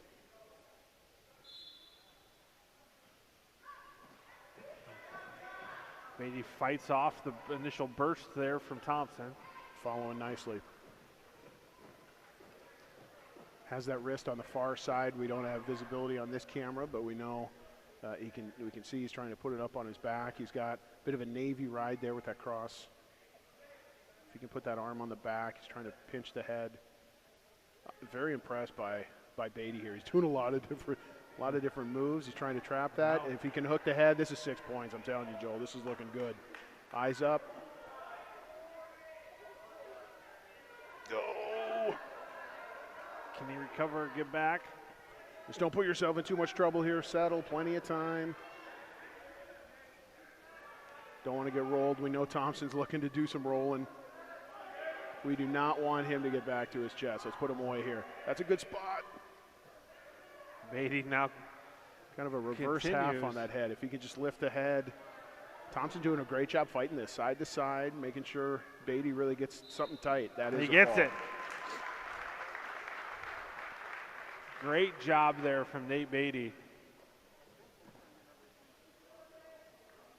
So the Muskies with back-to-back falls here at 195 and 220. Muskies have some bigger boys in the room, so a lot of battles going on in Coach Kane's wrestling room. Nice to pound on somebody who's not a teammate, and Beatty stepped up there. Tonga Deason, who won by medical default against Cole Miller from Central DeWitt earlier. Miller, a ranked wrestler as well, along with TD. TD coming off, I think we mentioned it earlier, his championship run this past weekend in Makokada. Comes in, I believe, into this match now 11-1 on the season. You know, the top 5 ranked heavyweight in 3A. Jeez, big move there. He's so trying quick to make with it those 3 in a row. and feet following. These big guys, it's just tough to get off your back once you see that turn. He's putting a lot of weight just on that chest. There it is. TD, we see some of the skill set that makes him such an elite defensive tackle. He used it right there on the mat, the quick feet, the quick hips, and power. Yet another fall for TD. Tell you what, he's going for the school record. He's hoping to compile 29 falls. Who holds that school record? Brennan Broders, actually, and tied a former wrestler. I believe by the name of Wade McLeod. Potentially. So 28's the number. TD has let me know. I think I got a little smirk from him even just here. He's eyeballing me. Would welcome him to make a run like that. I hope he gets enough matches to do it, quite frankly. And the next generation of McLeod now on the mat. Gavin got his own fall in the first match against Central DeWitt at 106 pounds.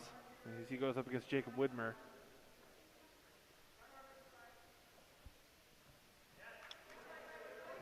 Gets to that leg. Really want 2 arms to the shot. Want to commit to that shot. Switches off to the double. Kind of a cross body double. Got to turn our hips so we've got enough power into that shot. As long as we don't get in a position where he starts working my head. We want 2 hands to that leg. You can even hear Coach Kane say it. McLeod with the double. There.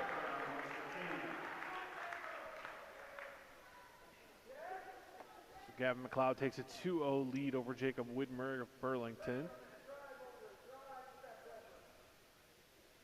Now he's trying to see if he can find an angle to the back. Yeah, I really want those knuckles on the back, so you take that arm out of it, but he just keeps circling, that constant pressure. No counts yet. Nice bridge here by Widmer, but we're counting. McLeod tying up those arms. That's okay, getting his points, resetting, find something new. McLeod continues to control that wrist, trying to find another angle.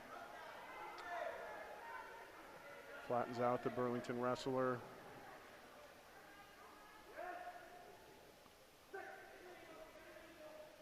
Coach Kane, Coach Ryan Haggerty, just excellent technicians, showing these gentlemen a lot of different moves. What Short works. time here, under 10 seconds. Hooks the head, gonna at least get some swipes. Boy, he's got 5 seconds though, those are pretty flat. 2 for 2 Gets from the McLeod. fall with just maybe a second left on the clock. So Mr. McLeod going for a little pin record of his own, apparently. It's the family business.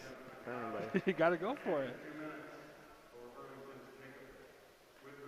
And the run of falls here for the Muskies. They take an 18-3 lead over Burlington.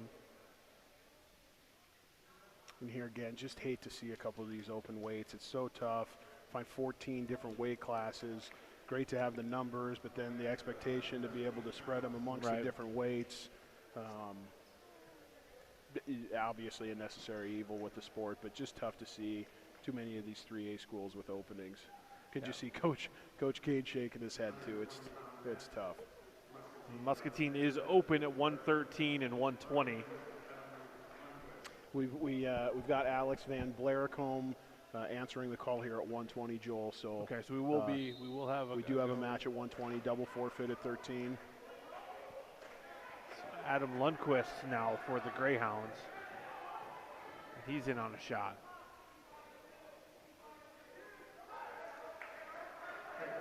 Van Blaricombe in the purple Muscatine singlet, which is extraordinarily close to the Burlington singlet. Indeed.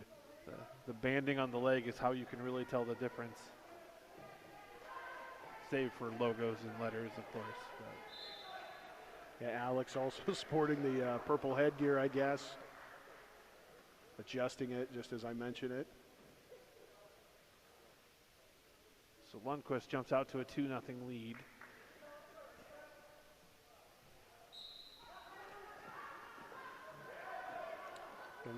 Van Blaricombe trying a little roll there, yep.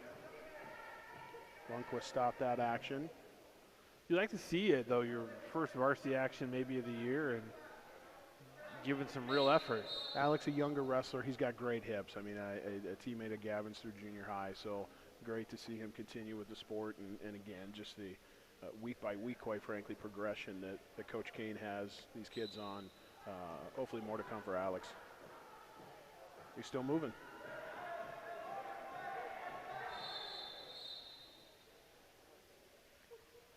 Another potentially dangerous call here.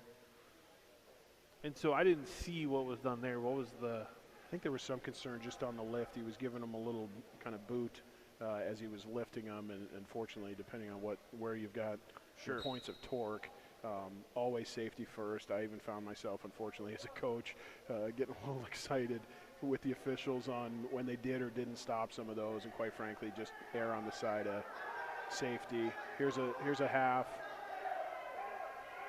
Alex trying to look away from that, get his head up. Lundquist goes back to parallel. Really thought he had an opportunity to turn all the way, pick one side or the other. Got the wrist on one side, half on the other.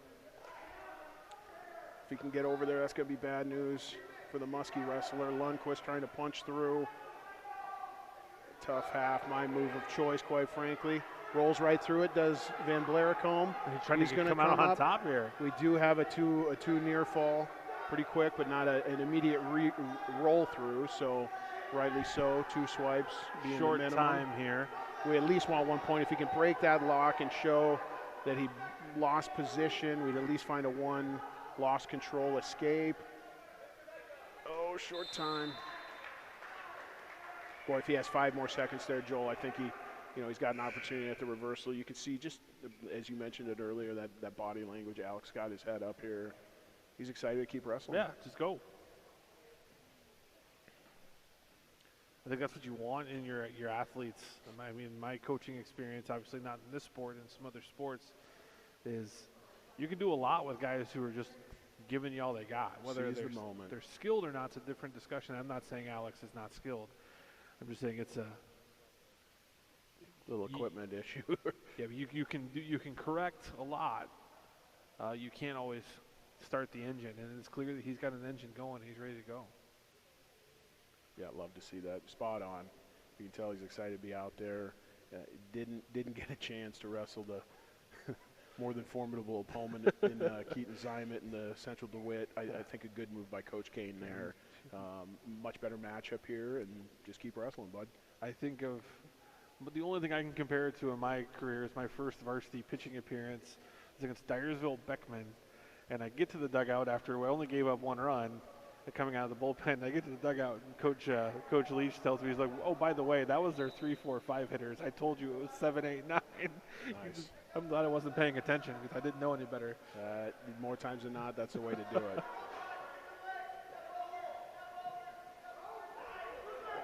Alex still moving. Here we go, those hips. Just need a few tools. If he can control that hand, we don't want to get that near side cradle locked up, because then Lundqvist is certainly in a better position to flip those hips over. He keeps driving. Nice job. Alex is fighting. If he can own that hand, but at least doesn't tie it up, does give up the takedown. Lundqvist is doing a nice job of keeping coming, though, too. He could have let go of the ankle there and tried to reshoot.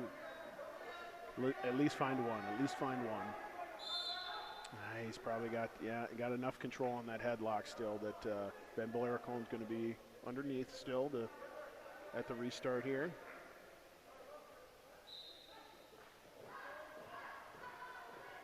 That head's down. Need that head up. Need that back pressure into our opponent. Some of that is strength, no doubt. He's applying a lot of pressure. But got to get enough of a base so that we can push back in and then work our way to our feet. Tough spot to be in. Collapsing that shoulder. Alex Van Blaricombe here for Muscatine against Adam Lundqvist. You know, I missed the locked hands there.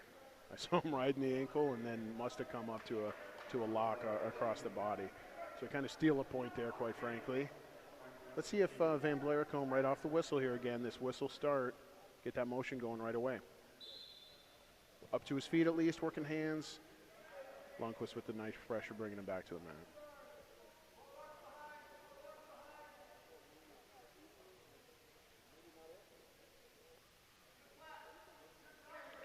Watch that knee. Watch that. Thank you. Potentially dangerous. Van Blaricombe was able to, he got the ankle and put a little bit of extra torque on that knee. And sometimes you just find yourself in a pretzel situation there, and officials do such a great job just anticipating. You hope they didn't see too many of those ending poorly, but never fault them for blowing that early. Then Blaricombe really tying up that arm, trying to give him a little arm throw here, just trying to get his hips off of his. Short time, finding a one would be huge. Lundqvist content riding that ankle, trying to finish this period on top. Which he will. And he will. Muscatine leading Burlington 24-3 in the total team score, but Adam Lundqvist with a 5-point lead right now over Alexavier Van Blaricombe.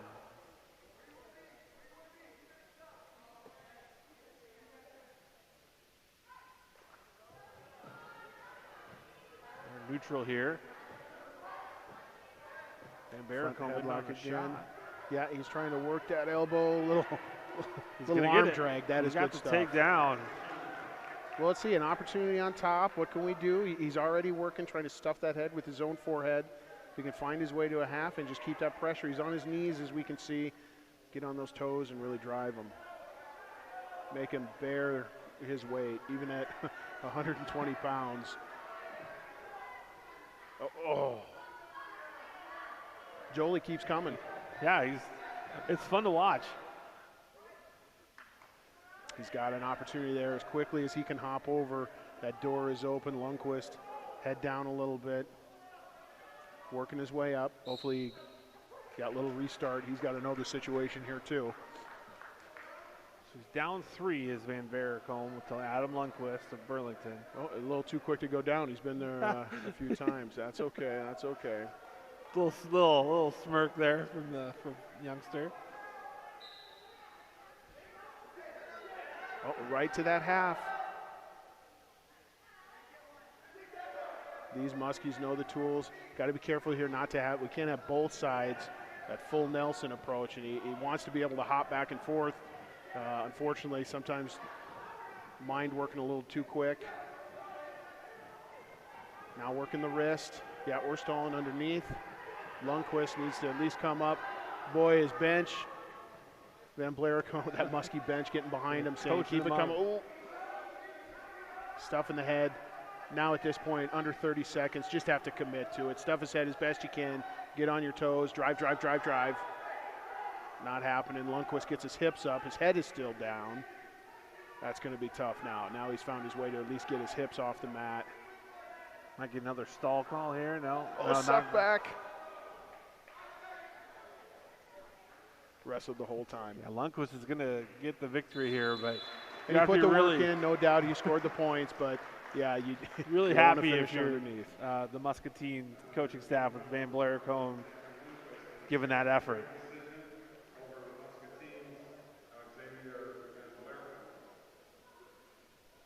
You hope he's getting a little confidence of his own, seeing his freshman teammate in McLeod, seeing a little success tonight, and workout partners on a day-to-day basis, and saying, hey, Gavin can go with these kids, I'm going to do the same. So more to come from Mount Xavier.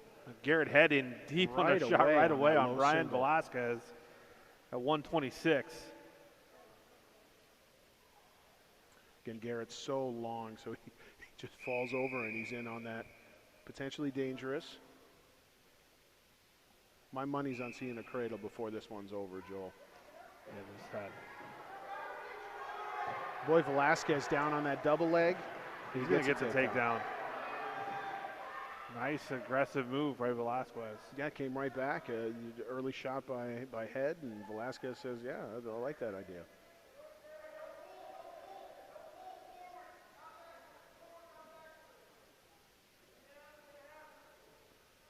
Figure 4 ride of that left leg. Velasquez applying that forward pressure. Head needs to look to keep his hands here in front, that head up. He's working his way up to his feet. Garrett Head for the Muskies at 126 against Brian Velasquez. Head in the black singlet for Muscatine.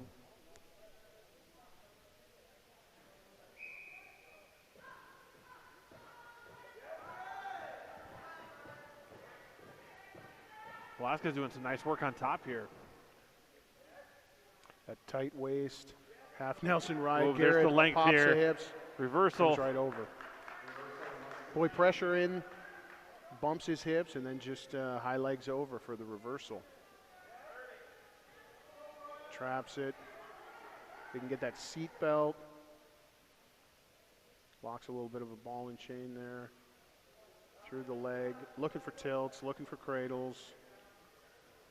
Hey, 1, not 2. Especially here at the end of the period. We don't want to swap reversals. We might lock up a cradle in the meantime. Can't tell for sure if he's got his hands clasped. That'll maintain control. Head until he fighting breaks through. it. Holds on to it. And we're now able to have 2 officials on the mat. Now that the JV portion of the night is over.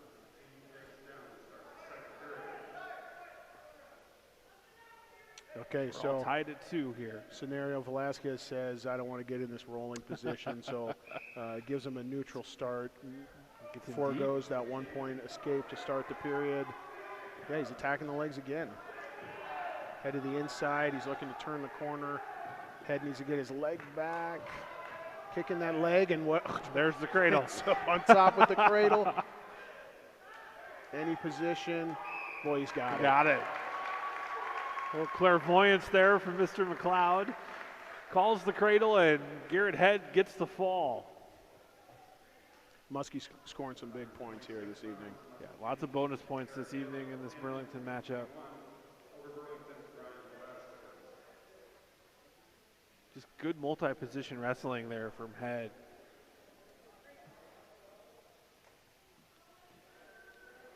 Fear is we've got an opening for Burlington, so what otherwise would have been Lincoln Brookhart's first varsity action, he takes the forfeit.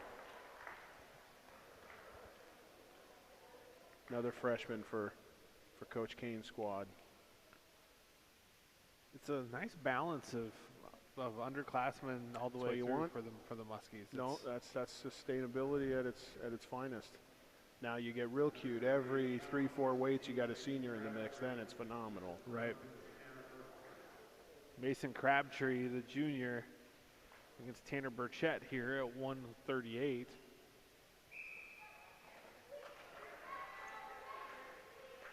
Mason had a fantastic match. Got a 5-point move to win against Central DeWitt earlier tonight.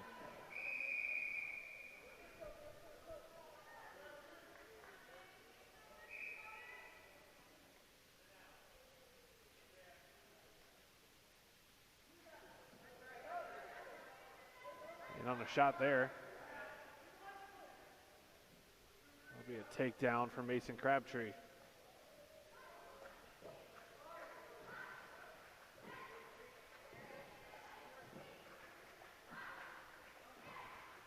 As Crabtree continues his ride. Side-to-side action. You pick the direction, I'll take you there. He rolls through, though. You can tell the conversation was with the coaching staff is if you feel a chance for some bonus points, go for it. There's such a difference to double up on that decision score, otherwise just turning 3 team points to get 6, man. Well, and come tournament times too. I mean, I know that it's scored a little bit differently, but you obviously want your individual runs, but it's even more imperative, quite frankly. In most tournaments, it's a 1-point advancement, and you get a 2 bonus point for those pinfall victories. So in those cases, it's a triple dose. And regardless, that is the name of the game. I mean, the home run ball is getting that fall. Crabtree's going for one here. I wish there was greater parity, that we didn't necessarily see so many of those. But we got another fall.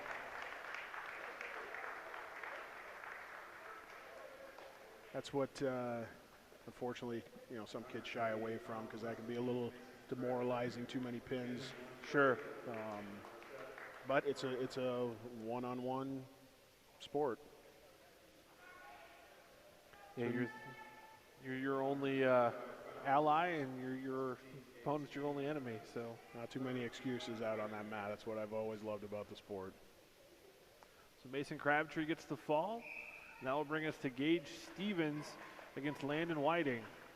Stevens had the fantastic double overtime or sudden victory win. Oh, carefully. Big takedown there for Gage. He goes right for the back. A lot of power in Stevens. Yep, tying up. We can keep those hips turned. The rest will follow. He's doing a great job posting in between the legs. He gets another one. Big move after big move for the Muskies here.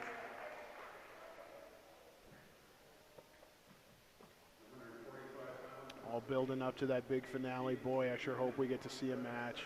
The 170 pounds. Tim Nimly going for his 100th victory. First Muskie in a decade to do so.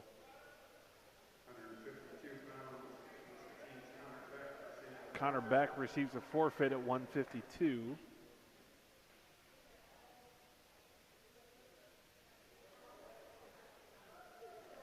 Jet Fridley taking the mat.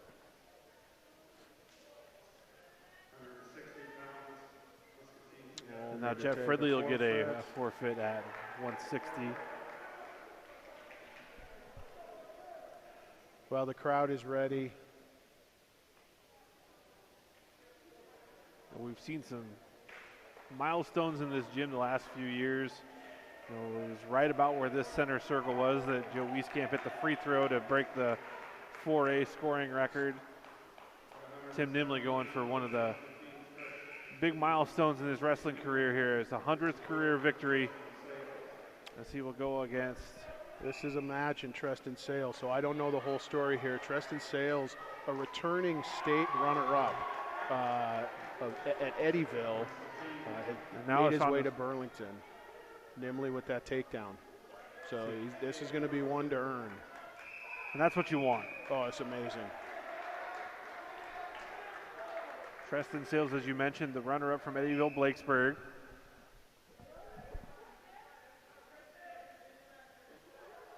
Oh, I haven't felt like this in a while, Joel. This is a big, big match for the Muskies. Just exciting to be here in the gym. Wish it was a full house, no doubt. I know Timmy would bring quite a draw. Been so impressive to watch on the football field. Such explosion. Great to see this young man develop into a wrestler. I mean, at first just raw talent. Such State an place athlete. winner last year. Amazing.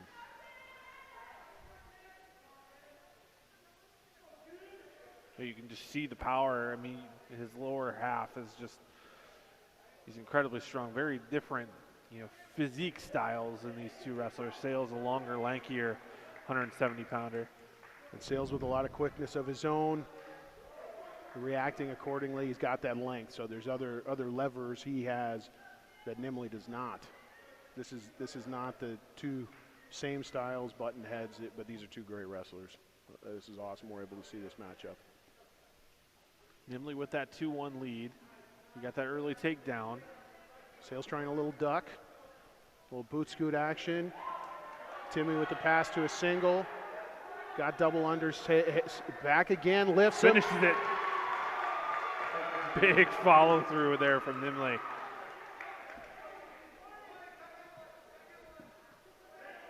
I'm sure he's excited. My heart's racing just as fast. I'm sure he gets that Navy ride, crossing those hips. Sales works way out of it, scissors his own legs. And you've got short time. I hope we got a buzzer. Okay. So Nimly with two big first period takedowns, but most importantly, finished on top there. Didn't give up at that It's escape gonna be point. interesting. Boy, we go down, so this is an opportunity. Now we're going to go neutral. Boy, Coach Kane's asking him to go down. He's so quick. Joel, I want you to look at just this explosion to his feet right off the whistle. Knees to toes, just immediately. Sales with that length, he's reaching. Boy, nice lift and return by Sales. Working on him. You see that length in those levers makes him really tough on top. He's going to try to get that boot in if there's a, there it is. Timmy just not sure. That length is paying. Sales trying that power half, cranking pretty good there. Here is a scenario of power on power. Using those levers, as I mentioned. Tristan Sales looking for an opportunity. Long enough, he's got that boot in and can still work up top. Nimly looking to get his own hands free and back to his feet. Explodes right up, squares up. Escape. That's an escape. Big escape there That for is Nimly. big. Kudos to Coach Kane saying, hey, if you're going to make some real noise in February, let's work a little bit underneath. You got to be able to be confident to get out from anybody, and he did so.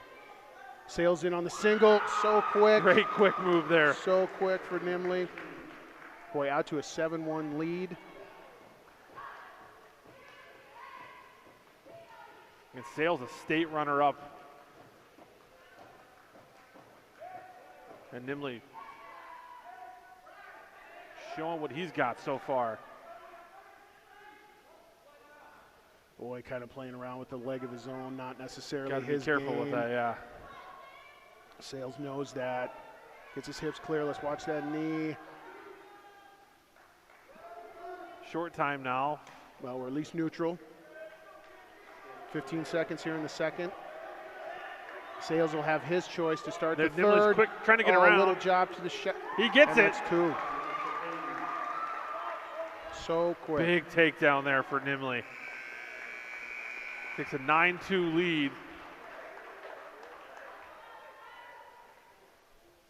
Not quite this this margin of lead for Nimly last weekend, but an opportunity to say, okay, I've got a lead. How do I wrestle smart? Keep the pedal on the gas, but understand this guy's looking to make up for this big deficit as well. So I got to be careful of that big move. And look at a second place finish. Lost to a Cedar Rapids Xavier wrestler in Makokata.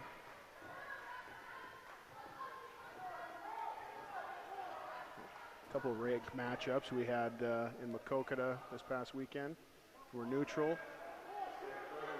So we're looking at 6 points here.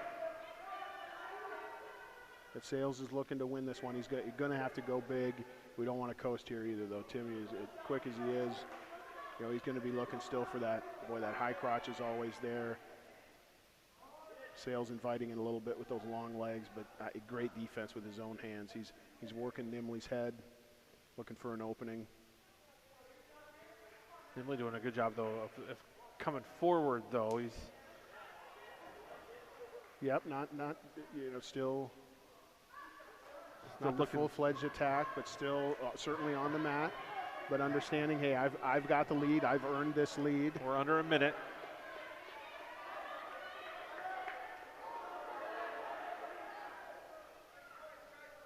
Sales looks up at the clock. Being mindful of what time he's got left. He takes a really shot. hasn't been able to get too deep on Nimly. Tim's seen that. He's so That's quick quick with feet, that get go him behind. back around. Wow. So quick. I'd love to go back and see that one in slow motion, watching his feet switch over and come back around. Yeah, the footwork is just phenomenal.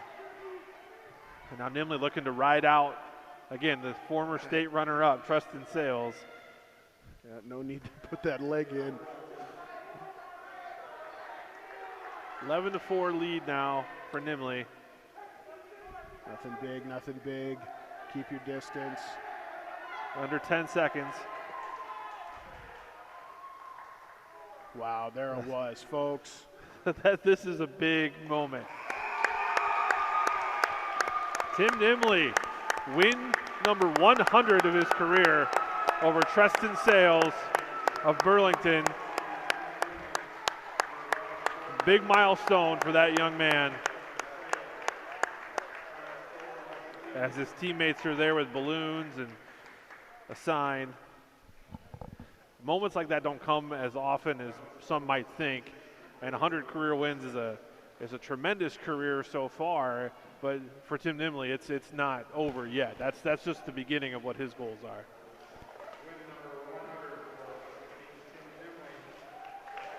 Well, Joel, appreciate it. No, we're happy to do it. That's going to do it. Muscatine wins big in their final match of the triangular. Again, Tim Nimly, our wrestler of the match. I mean, 2 big wins. He had a fall against Central DeWitt, and then a big win for his 100th career victory over Tristan Sales, as the Muskies defeat Burlington 63-6. Huge thank you to Discover Muscatine and the Muskie Sports Network, and our sponsors, First National Bank of Muscatine, RIVO Plumbing and Heating, Bear of Muscatine, Eastern Iowa Community College, River Rehab Physical Therapy, Riots and Rebelle Salon, Lutheran Living Senior Campus, Toyota of Muscatine, Bickford Senior Living of Muscatine, Hy-Vee, and CBI Bank and Trust. That's going to do it for us tonight as we brought you Muskie Wrestling. I'll be back with you tomorrow as the Muskie boys take on North Scott. Again, big thanks to my partner, Wade McLeod, and we'll be back for more wrestling on January 19th. Have a great night, everybody, and we'll see you again tomorrow.